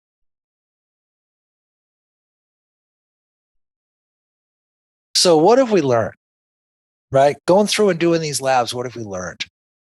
One of the hardest things to identify is that persistency of connection, whether it be long connections or beacons. The communication characteristics of both of those lend it to be difficult to find with some of the tools that we normally like to use, like firewalls and Zeke logs and things like that. Rita is a great tool to start your hunting. It's a great tool to say, okay, I'm going to run Zeke. I'm going to watch all my traffic going out to the internet for a day, and then I'm going to pull that into Rita, and Rita is going to very quickly show me, here are the interesting connections you may want to go in and pay attention to. That is phenomenal time savings as part of going through and doing a threat hunt. So Rita is a really good tool to be able to go through and use for that. And it's an open source tool. It's free. Anybody can go in and use it. It does have some limitations, like creating safe lists isn't built into it. It's command line based. A lot of people like graphic. But hey, it's free. So, if you've got time to do scripting and stuff, this can be a really good, easy tool to use. We do have a commercial tool that is kind of an equivalent to that called AC Hunter. And with AC Hunter, so this is a relatively inexpensive tool. It is $8,000 the first year, $4,000 a year after that for a site license. Site license means that you can run one copy of the software, you can run 50, we don't care. So what we see a lot of customers do is they'll run one copy of AC Hunter to protect their internal network, and then they run another copy out in EC2, or they run another copy out in Azure to be able to go through and protect their cloud instances. But what we've done is we've built in a scoring system, make it really easy to figure out what you need to pay attention to. So on the left here, here's all my internal IP addresses. My score tells me what I need to pay attention to. So basically, whatever system has the highest score, that's the one I'm going to want to focus in on. On the right, we go through and when we break down, where did that score come from? This is what you want to go through it. Why did that thing get points that it got? And I can go in and all of these are clickable. So for example, let's start at the bottom because, hey, you always start at the top. There's 100 points being associated with triggering a canary token. What does that mean? Well, if I click on that, that'll bring me to the screen for it. Assuming that the server did get shut down since I started launching it. Yeah, okay, maybe it did. Hey, you gotta love live demos, right? Is it doing that?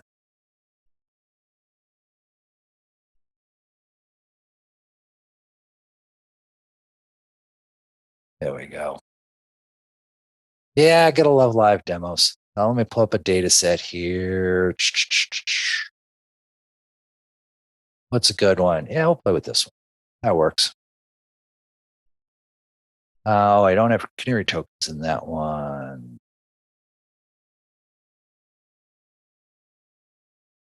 This one does. Yeah, let's go look at canary tokens. So what are canary tokens? Canary tokens are little things you can, you forgot to pray to the demo gods. Yeah, no kidding, dude.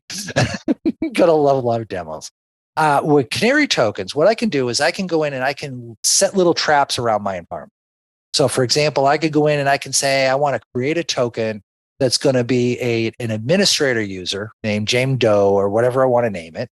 And that'll be a user account that no one will actually ever use. And what we'll do is we'll spit out a PowerShell script that you can then copy, paste, and run on your domain controller. And it will create that user that you named. It'll assign them a randomized 32 character password. So no one's breaking that in this lifetime. And then it will set up full monitoring on that account.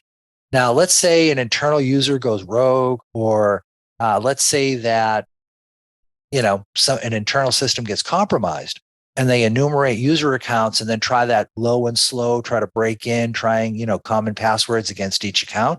You'll get an alert that triggers with an AC Hunter that tells you, hey, 192.168.88.2, just tried to log in as John Doe. You may want to go in and take a look at that system.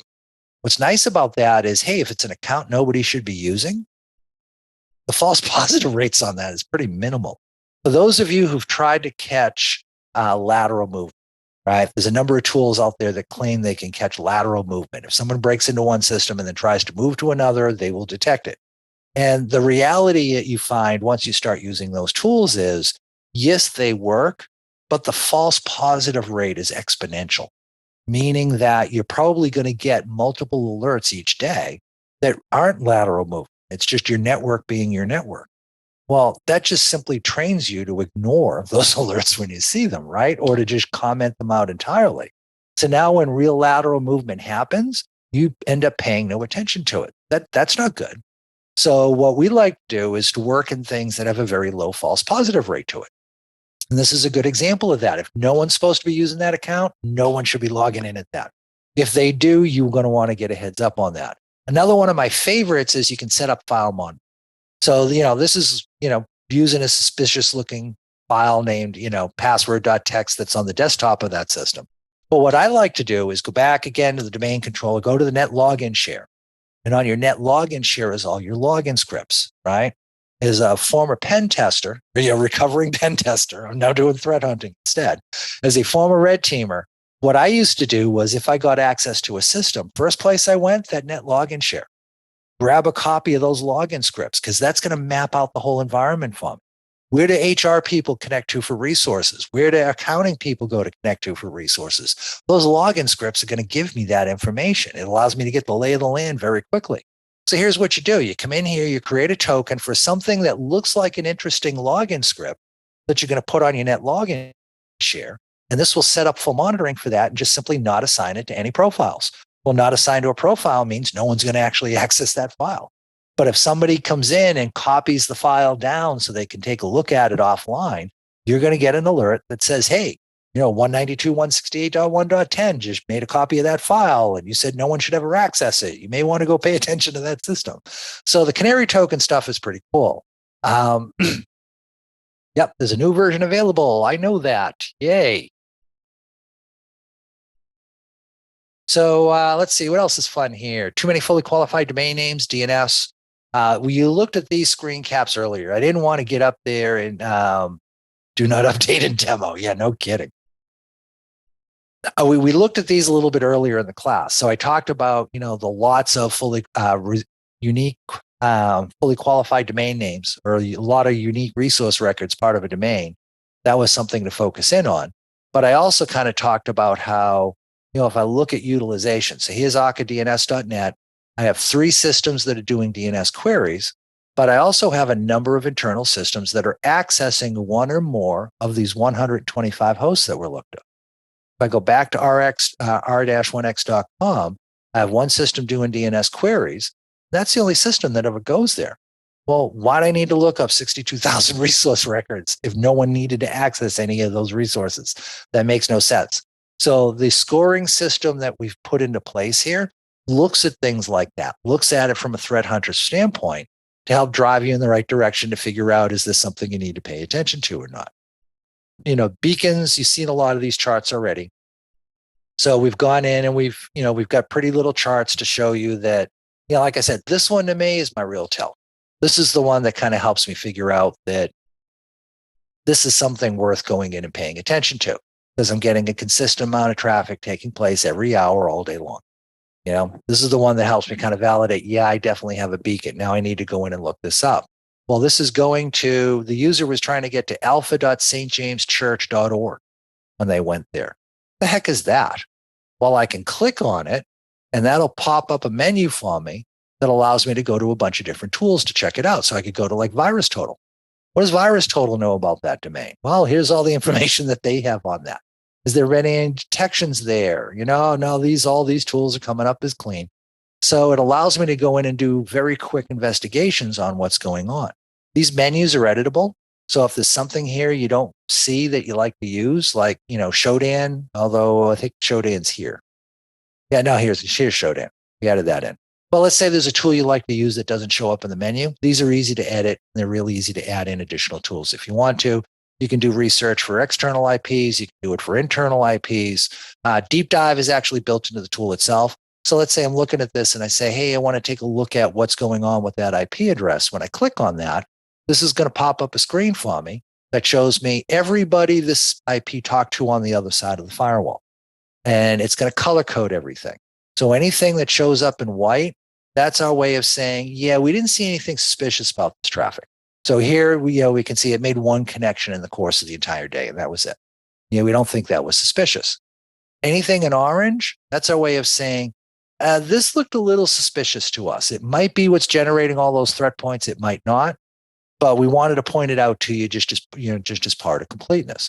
What's really cool about this is, let's say I'm in and I'm looking at this and I'm saying, oh yeah, we're compromised, right? This system's whacked. It's calling out to a command and control server.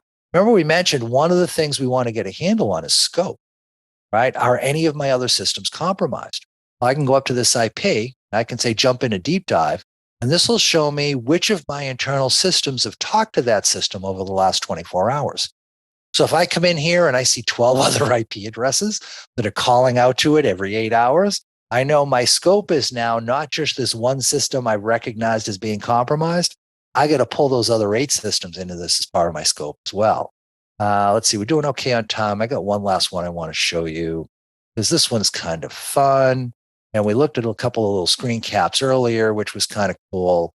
So let's see. Yeah, so let's look at this one. So what do we got here? We've got, look at my beacon time. It's not exactly a flat line, but it's pretty close to it, right? And if I look at the difference in my different deltas, well, that would explain why it's not exact. But hey, it's constantly connecting between 5 and 46 seconds. That's a fairly narrow window. This really looks beacony to me, right? And this is why we scored it at 94%. Well, if we look at the additional data, it's TCP/AD traffic. There was no DNS query done. So the user just directly connected to that at this IP. That's kind of odd. I might have, IT people doing that, maybe security people, but, like my sales people or my HR people, they don't do direct connections via IP. So this might be something I really need to be worried about. There was a lot of connections that took place in the day. It's going to DigitalOcean. Maybe I don't have any resources there.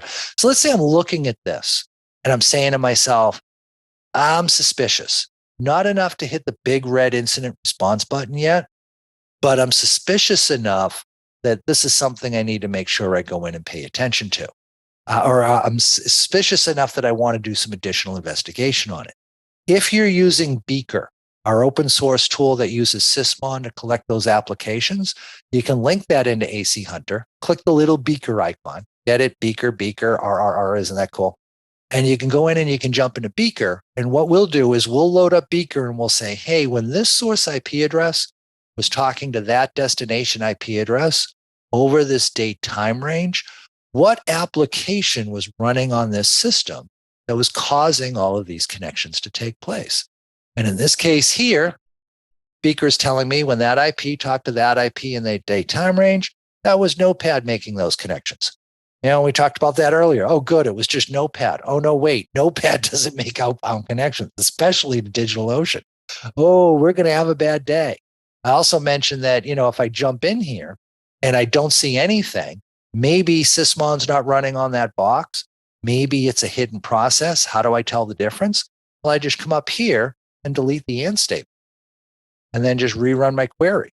And now I'll see one of two things down here. I'll either still see nothing, in which case I know Sysmon's not running, or I'll see something that's similar to what just happened, where I see all these other connections taking place to all these other ports. Well, if I didn't see what created the beacon, but I'm now seeing everything else, whatever is creating a beacon, that's a hidden process. That's definitely a compromised system.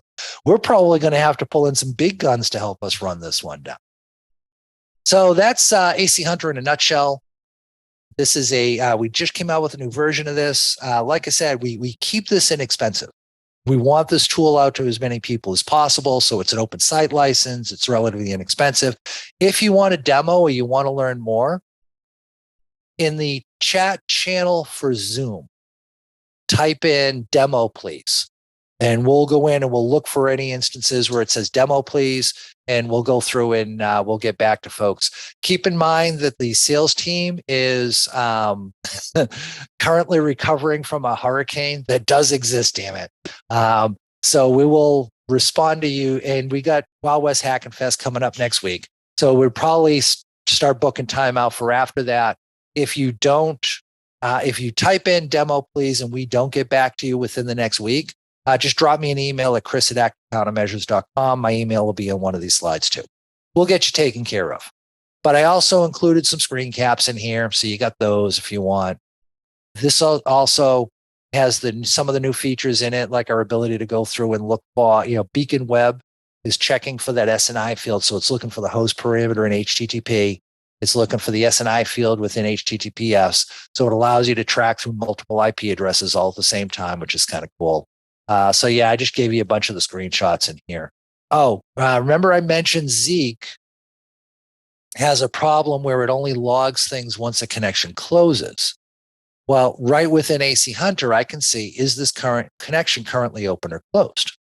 So let's say this top one had been running for a day, but it hasn't closed down yet. This would be listed as in an open state. So now I know, okay, tomorrow it's going to probably be open another 24 hours after that. I mentioned the research tools, looked at C2 over DNS, cyber deception. We talked about that, talked about deep dive. Okay, so I'm going to give you a take-home lab. Don't do this tonight or this morning or whatever it is in your time zone. This is not designed to do right away. What I want you to do is wait a week and then go in and try and do lab 3. Why am I saying wait a week?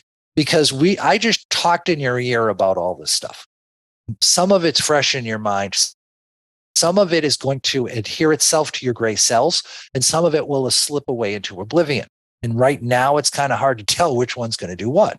If you wait a week from now and then go to the lab 3 directory and go check for long connections, beacons, and C2 over DNS, you're going to figure out what command stuck in your mind and which didn't. Anything that didn't stick in your mind, go back and review that part of the content. Anything that did stick in your mind, hey, you're good at that.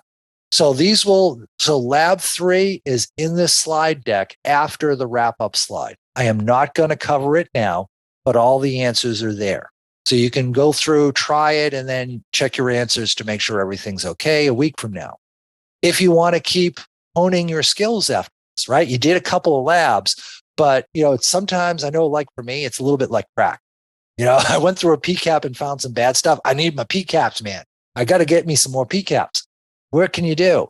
If you go to our website and go under the blogs, we have a blog we come out with fairly regularly called Malware of the Day. Skip to the bottom. In other words, don't read it from top to bottom. Load up the malware of the day that you want to check. Skip to the very bottom, because at the very bottom is the PCAP files for that particular malware. Don't look at what the malware is or anything else. Just grab and download those PCAPs. There's usually two, one that's an hour long, one that's 24 hours long. So download the 24-hour one, hunt it. See if you can't find the C2 channel. Learn about as much about it as you possibly can. When you think you've learned everything, now go back and actually read that blog entry. Was there anything you missed? If there was stuff you missed, why did you miss it? How can you modify your process to make sure you catch it again later? So this will help keep the skills sharp, if you will. There's a lot of places you can pull PCAPs down from. Not all of them have C2 channels inside of them. These will always have a C2 channel in it that you can play with. And like I said, we're running Wild West Hackin' Fest next week. I'm going to be teaching advanced threat hunting on Tuesday, Wednesday next week. If you want to jump in, here's a link. It is the last time I'm going to run that class this year. So this would be your best bet if that, taking this the next step further is interesting to you. I talked about some of the things that I roll into that class as we went through this one. If you attend the class next week, you get a free ticket to attend Wild West Hackin' Fest, and there are some really good talks. I mentioned earlier, I am lucky in that I work with like some of the smartest people on the internet when it comes to security, and I mean that as a true statement. One of the things that's really cool about Active Countermeasures in Black Hills is we have well-hearted competitions with each other, meaning that we'll have folks that are running AC Hunter, and Black Hills will try and figure out how can they get around the tool and not get detected. On the one time they figured out how to do it, we were able to go in and look at why did we miss it? Okay, what changes do we need to make? Great, now we can detect that type of traffic too. So we lightheartedly try to make each other's life miserable, but it's a great way to make sure that we A, have a great threat hunting tool, and B, have a team that's really good at doing red team stuff. But those folks are the ones giving the talks next week, plus some outside third parties. So that's kind of cool. So yeah, you may want to, if this is interesting to you, here are your links. Feel free to go in and sign up for that. And with that said, we are done. Mentioned, here's my email address. So, if you want a demo, drop me on the email line. Actually, that's even better than trying to go through the channel. Just drop me an email. Happy to set up a demo for you, but it'll be after next week once we get power back, internet back, and Wild West Fest is ready to go. Where can I register? You can register at this link right here, which will be in your slides as well. So in your copy of the slides, just go to slide 171. This link in the bottom, that'll get you into the class. If you're not interested in the class, but you want to hit Wild West Hackin' Fest, there's the link for going in and doing that. So with that said, we are done. Bill, is there any questions I may have missed? I think we've got most of them handled. If you found that there was a question you didn't get answered during the class and want to put it back into live webcast chat, we'll give it another try now. Thanks for all the questions about how AC Hunter is licensed and also the free tools that we have. Our GitHub site, github.com/ActiveCM, has a number of free packages that you can download and try right now. And so some of them are already installed on your virtual machine. So I saw a couple of questions about the certificate for the class. Yes, you will get mailed a certificate. It usually takes about 24 hours. But if you actually signed into this Zoom session, you will, our software detects that and will automatically send you out a certificate for that. If you review it afterwards, it doesn't pick up on that. I also had a question that popped up about threat hunting in the cloud. So I'm trying to find, we've got like a video and a blog entry we did. Here we go. That's it. Yep. So let me go through and I will share this in the Discord channel. It really isn't. So the how you configure the infrastructure is different, but how you threat hunt is exactly the same. So for example, with EC2, what I do with EC2 is I go in and I add a second virtual interface on my systems, on all of my servers, and I say, hey, anything going in and out the primary interface, send it out the secondary interface that tunnels it down to a system that's running Zeke. And that Zeke system is just running a sniffer, and it captures all that traffic that it sees. So like I said, that part of it's a little different, and we talk about it here. I think we've got, where was it? Yeah, so that's a video on it. There's also a blog post for EC2. Yeah, exactly. That's what I was looking for until it gave me that weird error. Oh, yeah. Yep. Sometimes backup doesn't work. But yeah, this will get you in the right direction. Here we go. That's the blog post. So so I already posted the link to the video of the webcast that we did. Here's a link to the blog post. That'll get you going with EC2. I will say this is harder in Azure.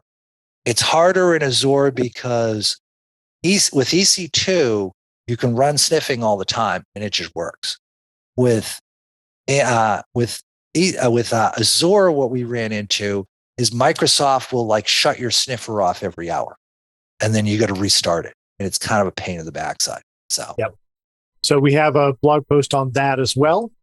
We have a version of AC Hunter that works in the Azure environment, if that's of interest to you. Yeah, and that just takes care of all that for you, so you don't have to worry about it. Perfect. A lot of questions about the certificate. You'll get a certificate within a couple of days. You don't have to do anything to make that happen. It will come to the email address under which you registered for the class. So if you get to Thursday and you still haven't seen your certificate, check your spam folder. It might have gotten placed there, but there's nothing you have to do to make that happen. It'll just show up. It'll be a PDF, and you're able to post it up to LinkedIn if you'd like. It's like magic. Amazing. It just appears. Great. Cool. Thank you all for your time. Yeah, thank you, folks. With that said, I need food. And, I see a lot of folks saying, thanks, we appreciate it. We appreciate you folks too. We call this a free class. It's not, because you need to invest your time in it for this to happen. And the fact that you're willing to share those cycles that are not free, you could be doing other things with us, really means a lot to us as well. So thank you for taking time out of your busy day to tune in on this. We really appreciate it. We'll be doing more of these in the future. And yeah, that's it for me. If that's it for you, Bill, we can kill this and call it done. We're all set. Thanks so much. Thanks, folks. Everybody take care.